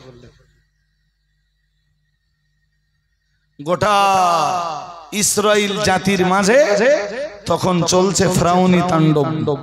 কন্যা সন্তান হলে তাকে বাঁচতে দিত তারা, যদিও কিন্তু পুত্র সন্তান হলে মুসা আলাইহিস সালামের মা আল্লাহকে ওই পিরিয়ডে বলেছিলেন, আল্লাহ আমার গর্ভে তো সন্তান আছে, আপনি না হয় কন্যা সন্তান দেন। কিন্তু কুদরতের খেলা কার? ঠিক মুসা আলাইহিস সালামকে ওই পিরিয়ডে মুসা নবীর মায়ের কোলে আল্লাহ পাঠালেন। আল্লাহ বলেন, কোরআন বলছে ওয়াহাইনা ইলা উম্মি মুসা আন আরদিহি ফাইদা খিফতি আলাইহি ফালকিহি ফিল ইয়ামি। আল্লাহ পাক রব্বুল আলামিন বললেন, ও আমার নবী মুসার মা, আমি আল্লাহ পাক রব্বুল আলামিন বলছি, মহান আল্লাহ জানিয়েছেন ওয়াহাইনা ইলা উম্মি মুসা, মহান আল্লাহ জানিয়েছেন আমি হযরত নবী মুসা আলাইহিস সালামের মায়ের কাছে ওহী করেছিলাম আন আরদিহি। আল্লাহ পাক রব্বুল আলামিন বললেন আন আরদিহি, আমি মুসার মায়ের কাছে ওহী করেছিলাম, ও আমার নবী মুসার মা, তুমি তোমার মুসাকে, তুমি তোমার বাচ্চাকে দুধ পান করাও। আমি আল্লাহ পাক রব্বুল আলামিন বলছি ফাইদা খিফতি আলাইহি, যখন তুমি তোমার মুসার জীবন বা প্রাণ নাশের আশঙ্কা করবা, তুমি ধরা পড়ে যাওয়ার আশঙ্কা করবা, ফালকিহি ফিল ইয়ামি, তখন তুমি তোমার মুসাকে একটা বাক্সের ভিতরে ভরে নদীর পানিতে ভাসিয়ে দাও। আমি আল্লাহ পাক রব্বুল আলামিন বলছি, তবে মূসার মা সাবধান হয়ে যাও, ওয়ালা তাখাফি ওয়ালা তাহজানি ইন্না রাদ্দুহু ইলাইকি। আল্লাহ পাক রব্বুল আলামিন বললেন, ও আমার নবী মূসার মা, তোমার মূসাকে যখন একটা বাক্সের ভিতরে রেখে নদীর পানিতে ভাসিয়ে দেবে, তখন মা হিসাবে, জননী হিসাবে তোমার ভিতরে একটু ভয় তৈরি হতে পারে। বাক্স কোথা, মানে নদীর পানিতে বাক্স ভাসিয়ে দিলে কোথাকার বাক্স কোথায় চলে যাবে তার তো কোনো ইয়াত্তা নাই। আমি আল্লাহ পাক রব্বুল আলামিন তোমার আত্মপ্রশান্তির জন্য বলছি, ওয়ালা তাখাফি, খবরদার খবরদার জানো মূসার মা তুমি কোনো ভয় করবা না, ওয়ালা তাহজানি, খবরদার জানো তোমার মূসাকে নিয়ে তুমি চিন্তা করবা না। আমি আল্লাহ পাক রব্বুল আলামিন বলছি, ইন্না রাদ্দুহু ইলাইকি, ও আমার নবী মূসার মা, আমি আল্লাহ পাক রব্বুল আলামিন বলছি, ইন্না রাদ্দুহু ইলাইকি, সময় হলে আমি আল্লাহ আবার তোমার মূসাকে তোমার কাছেই ফিরিয়ে দিব। ভেঙে পড়ো না, তোমার মূসা একদিন তুমি ফেরত পাবা। মূসা যদি তোমার হয়, তোমার মূসা একদিন তুমি, মূসা কার? কিছু বলে না। মূসা কার?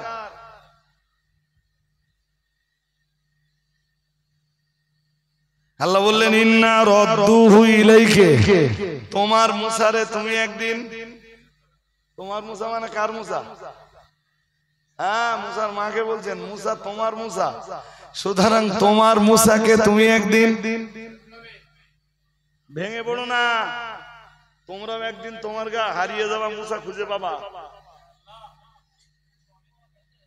তার জন্য সময় লাগবে। কি লাগবে? সময় লাগবে না? আল্লাহর কুদরতের খেলা তো একটু দেখবা, তো দেখবে না? কথা কয় না। যদি কোরআনে বিশ্বাস নয়, আমার আর কিছু করার নেই।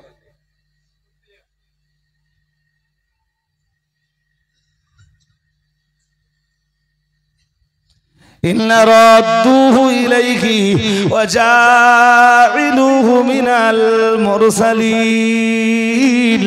আল্লাহ পাক রব্বুল আলামিন বললেন, ও আমার নবী মূসার মা, তোমার মূসাকে আমি ফিরিয়ে দেব, ওয়া জাইলুহু মিনাল মুরসালিন, আর তোমার মূসাকে শুধু তোমার কোলে ফিরিয়ে দেব না, আমি আল্লাহ তোমার মূসাকে আমি নবী বানাবো। আর একটু মন খুলে বলো, এখন দুধ পান করিয়ে দাও, বাকিটা তো ইতিহাস।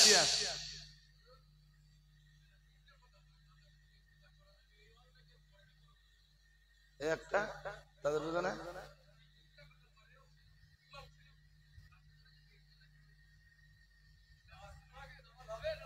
আরে বাবা, মিথ্যাবাদীর পিছনে একটা, মানে মিথ্যাবাদীর পিছনে ইক্তেদা, তাই তো?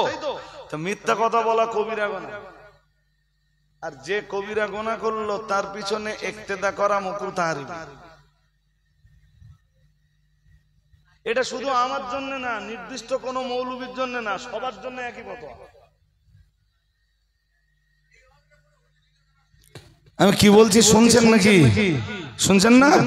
যাক যাক, কি বোঝাচ্ছিলাম যে সত্যের জয় আর মিথ্যার, বলুন বলুন, হবে না? আল্লাহ যে মুসা আলাইহিস সালামের মায়ের সাথে যে ওয়াদা করেছিলেন, আল্লাহ সে ওয়াদাটা পূর্ণ করলেন। আর একটু মন খুলে, জি, ইউসুফ নবীর কথা মনে পড়ে? কি মনে পড়ে বলেন দিন? ইউসুফ আলাইহিস সালামের ভাইরা এসে কি বলল? ইন্না যাহাবনা নাস্তাবিক ওয়া তারাকনা ইউসুফা ইনদা মাতাইনা ফাকালাহু যিব وما أنت بمؤمن لنا ولو كنا صادقين। ইউসুফ আলাইহিস সালামের ভাইরা রাত্রে বেলায় যখন হযরত নবী ইয়াকুব আলাইহিস সালামের কাছে ফিরে এলো, মহান আল্লাহ জানিয়েছেন ওয়াজাউ আবাহুম ইশাইয়াবকুন, কাঁদতে কাঁদতে কাঁদতে কাঁদতে তারা হযরত নবী ইয়াকুব আলাইহিস সালামের কাছে তথা তারা তাদের বাবার কাছে ফিরে এলো। সব কটা কাঁদছে, কান্না সত্যি না মিথ্যা?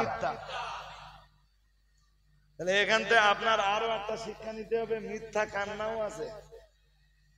হ্যাঁ না কিছু বলে আছে না? নেই? মিথ্যা মিথ্যা কান্নাও।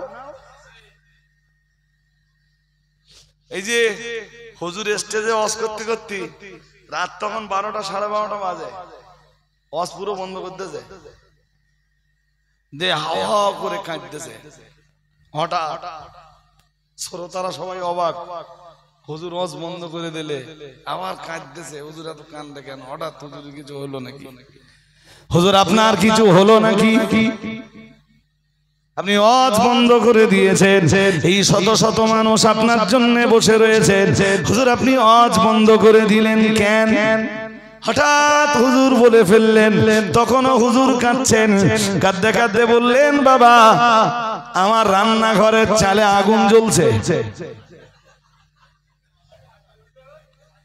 কি জ্বলছে বলেন?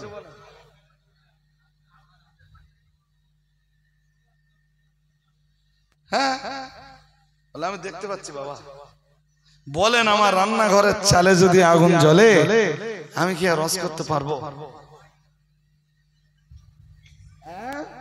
পরের দিন সেই গ্রামের লোক গেছে হুজুরের বাড়ি দেখতে, দেখে কিচ্ছু না। কেস কি? কেস হুজুর একটা টাইম গিন্নিরে বলে দিয়েছে যে তুই রাত 12টা 12:30টার দিকে রান্নাঘরের চালে আগুন লেগে দিবি।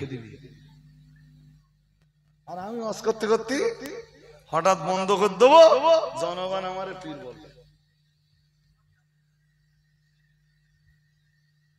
মিথ্যা কান্নাও, শুধু মিথ্যা কথা না বলো, মিথ্যা কান্নাও আছে।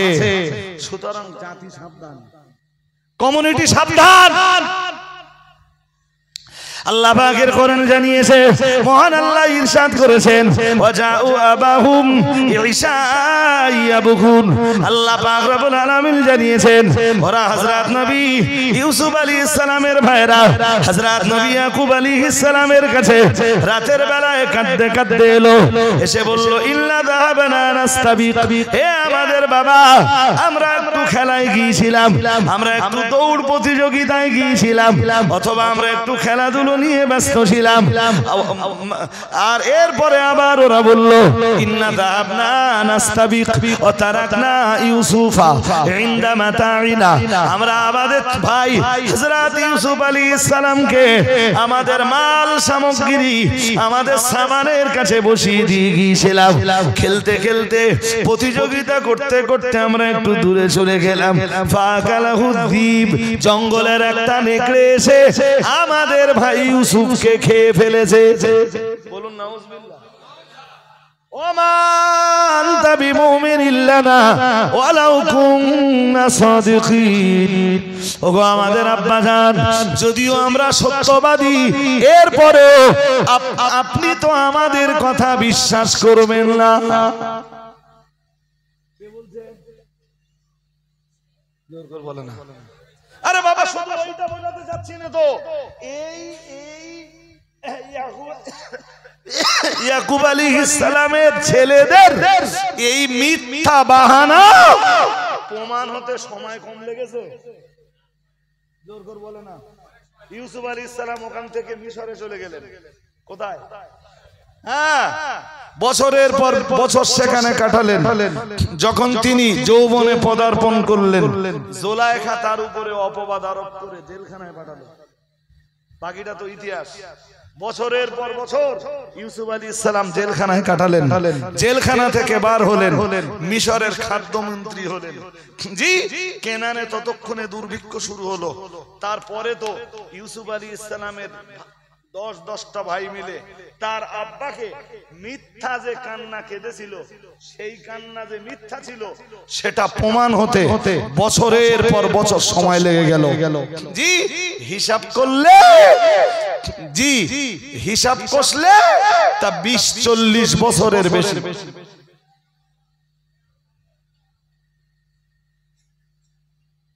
সত্যের জয় হবে, তবে সত্যের জয় হওয়ার জন্য কি লাগবে?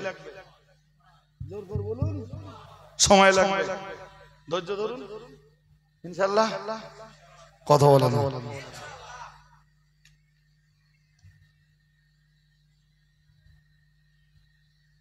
আল্লাহ আমাদের বুঝবার তৌফিক দান করুন, বলুন আমিন। আর যদি ধৈর্য হারিয়ে ফেলেন আল্লাহ সাহায্য পাবেন না। কোরআন তো বলেই দিয়েছে ইন্নাল্লাহা মা'আস সাবিরিন, মহান আল্লাহ জানিয়েছেন নিশ্চয়ই আল্লাহ ধৈর্যশীলদের সঙ্গে আছেন। আমার জীবনে আমি যে ধৈর্য ধরেছি, যে ধৈর্য ধারণ করেছি, আপনি কল্পনা করতে পারবেন না। এখনো তাই, আজও তাই। এমন সময় গেছে জানেন, আমার রাত্রে 2টো দাও, সকালবেলা ফেরত আসতে 2টো। কি ব্যাপার? হুজুররা আপনার সাথে করবেন। ওই ধৈর্যের ফলে আজকে আল্লাহ কোথায় পৌঁছেতে জানেন?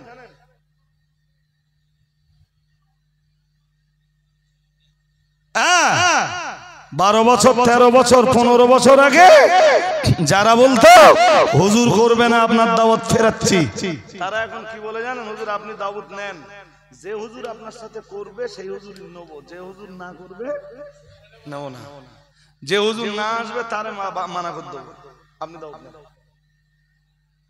কিসের ফল? কত বছর সময় লেগেছে?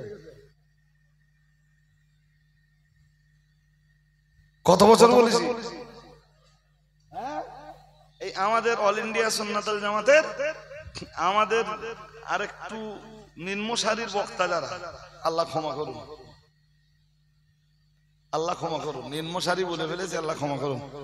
আসলে এই জন্য বলেছি যে আমাদের চাইতে দাওয়াত পত্র যাদের একটু বক্তা ভালো তারা, জি তো তারা আমার মাঝে মাঝে এই কথাটা বলে ভাই মাঝে মাঝে দাওয়াত ফেরত আসতেছে, ধৈর্য ধরো। আজকে যারা দাওয়াত ফেরত দিচ্ছে কালকে ওই হুজুরির ফেরত দিতে আমার খবর নেবে। আজকে তোমার নামে ওরাই মিথ্যা বলছে, তো মিথ্যা বলে তোমার দাওয়াত ফিরিয়ে দিচ্ছে। একদিন ওদের কাছেই তোমার অস্তিত্ব, মানে তোমার অস্তিত্ব, তোমার গ্রহণযোগ্যতা একদিন ওদের কাছে বাড়বে, আর ওই হুজুর একদিন জি ওদের কাছেই নিজের অস্তিত্ব। কি অন্যদিকে মন যাচ্ছে কেন? আমার দিকে দেখেন। ওই হুজুর একদিন ওদের কাছে অস্তিত্ব হারাবে। ঠিক তাই হচ্ছে। জি আমি তো ছেলে মানুষ, আর আমার তো কোনো লেজ টেজ কিচ্ছু নেই। আপনি ভাবতে পারেন যে যাদের লেজ আছে আমার জন্য তাদেরকে মানা করে দিচ্ছে যে হুজুর আপনার আসতে হবে না। আমরা রজব আলী সাহেবকে নিয়ে জলসা চালিয়ে নেব, খুব বেশি হলে আমার বললো হুজুর হয় গাড়িতে একটা বক্তা নিয়ে আসেন। কি হলো? কি বুঝতেছি না কি হলো? ও তার ঘোরানোর দরকার আছে? আমি কি ভাবতেছেন যে আমি রাত 1টা বাজে? একদম পসিবল নয়, একদম পসিবল নয়। আবার আসবো সিংরাটি মানুষদের কাছে। শুনুন, আপনাদেরকে আমরা ভালোবাসি, যখন ডাকবেন ইনশাল্লাহ আসবো, ইনশাল্লাহ বলুন। কিন্তু একদিনে সব শুনে ফেলবো এটা ভাবলে হবে না। জি সালামটা পড়ে নেব, পড়ে নে আর একটুখানি কথা বলবো, একটুখানি বাকি আছে, ওইটুকুন ছাড়িয়ে দেবো, দিয়ে দোয়া করবো। উঠে দাঁড়ান। ইয়া নবী সালাম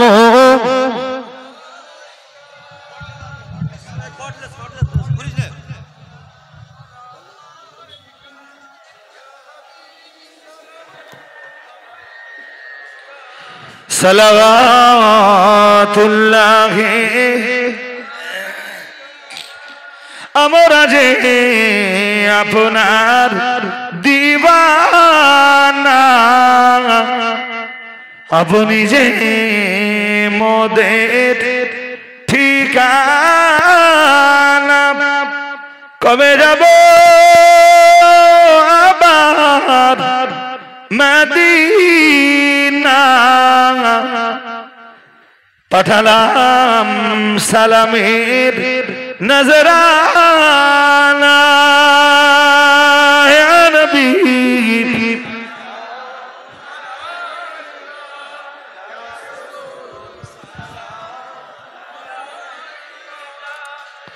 ইয়া হাবিবি সালামু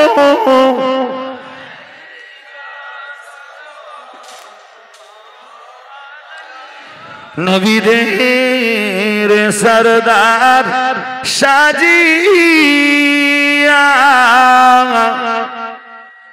আসিলেন ধরায় এ নামিয়া শোনালেন কুরআনের বাণী আমিনার নয়নের মনি ইয়া নবী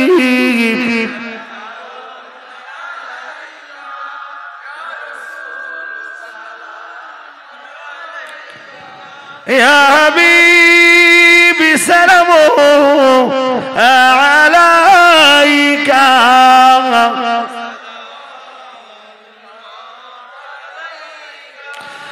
লো সালাম প্রাণের পয়গম্বর আমাদের কাদা হয় না লোডকে জীবনে সাবাত দেখিব রোজা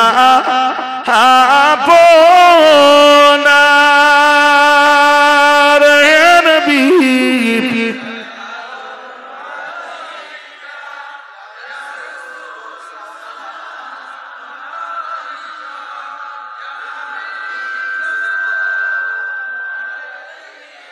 সালাওয়াতুল্লাহি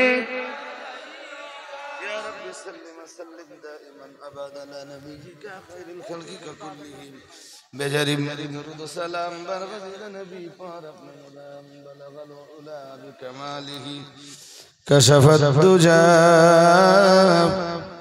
بجماله حسنة جميع خصاله صلوا عليه وآله اللهم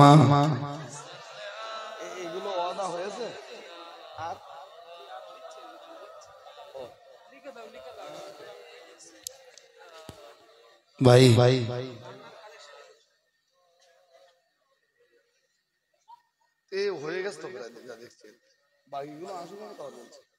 হাজারিন আমি শুরু করেছিলাম হযরত আবু হুরায়রার একটা হাদিস দিয়ে এবং যে হাদিসটার টোটাল উপদেশ 5টা কি বলেন তো রাসূলের প্রথম উপদেশ ছিল ইত্তাকিল মাহারিম তুমি হারাম বাদ দাও তাই তো চোখের হারাম হতে পারে কানের হারাম হতে পারে হাতের হারাম হতে পারে জিভের হারাম হতে পারে তাই তো জিভের হারাম গীবত জিভের হারাম তাহমত জিভের হারাম নামিমত জিভের হারাম কিস জিভের হারাম কওলুজ জুর জিভের হারাম শাহাদাতুজ জুর শাহাদাতুজ জুর মানে কারোর পক্ষে অথবা বিপক্ষে কাউকে বাঁচানোর জন্য মিথ্যা বলা মিন্স আপনি একটা মিথ্যা কথা বললে লোকটা বেঁচে যাবে কিন্তু লোকটা শাস্তি পাওয়া দরকার ছিল লোকটাকে শাস্তি না দিয়ে আপনি বাঁচিয়েছেন অথবা কাউকে ফাঁসানোর জন্য মিথ্যা কথা বলা এর আরবিতে বলে শাহাদাতুজ জুর এও জিভের হারাম শুনছেন নাকি? গীবত জীবের হারাম, তহমত জীবের হারাম, নামিমাত জীবের হারাম, কিজ জীবের হারাম। কথা বুঝছেন নাকি? হ্যাঁ, ফেসবুকে মিথ্যা কথা লিখে প্রচার করা চোখ এবং আঙ্গুলের হারাম। ফেসবুকে কি বলা হয় না লেখা হয়? কথা বলে না। কিসের হারাম? ব্যাস, সিংড়াটির মানুষদের কাছে আমার আজকের ওইটুকু নসিহত যে হারাম থেকে আপনি নিজেকে গুটিয়ে রাখুন, হারাম থেকে নিজেকে দূরে সরিয়ে রাখুন, তবে আপনি আল্লাহর শ্রেষ্ঠ আবেদ।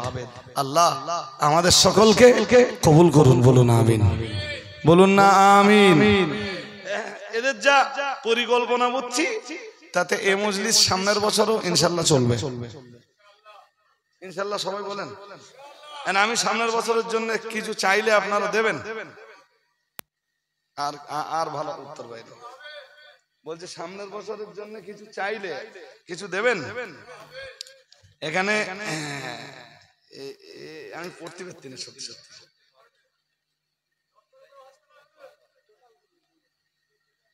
এরা 7-9 জন ছেলে মিলে 12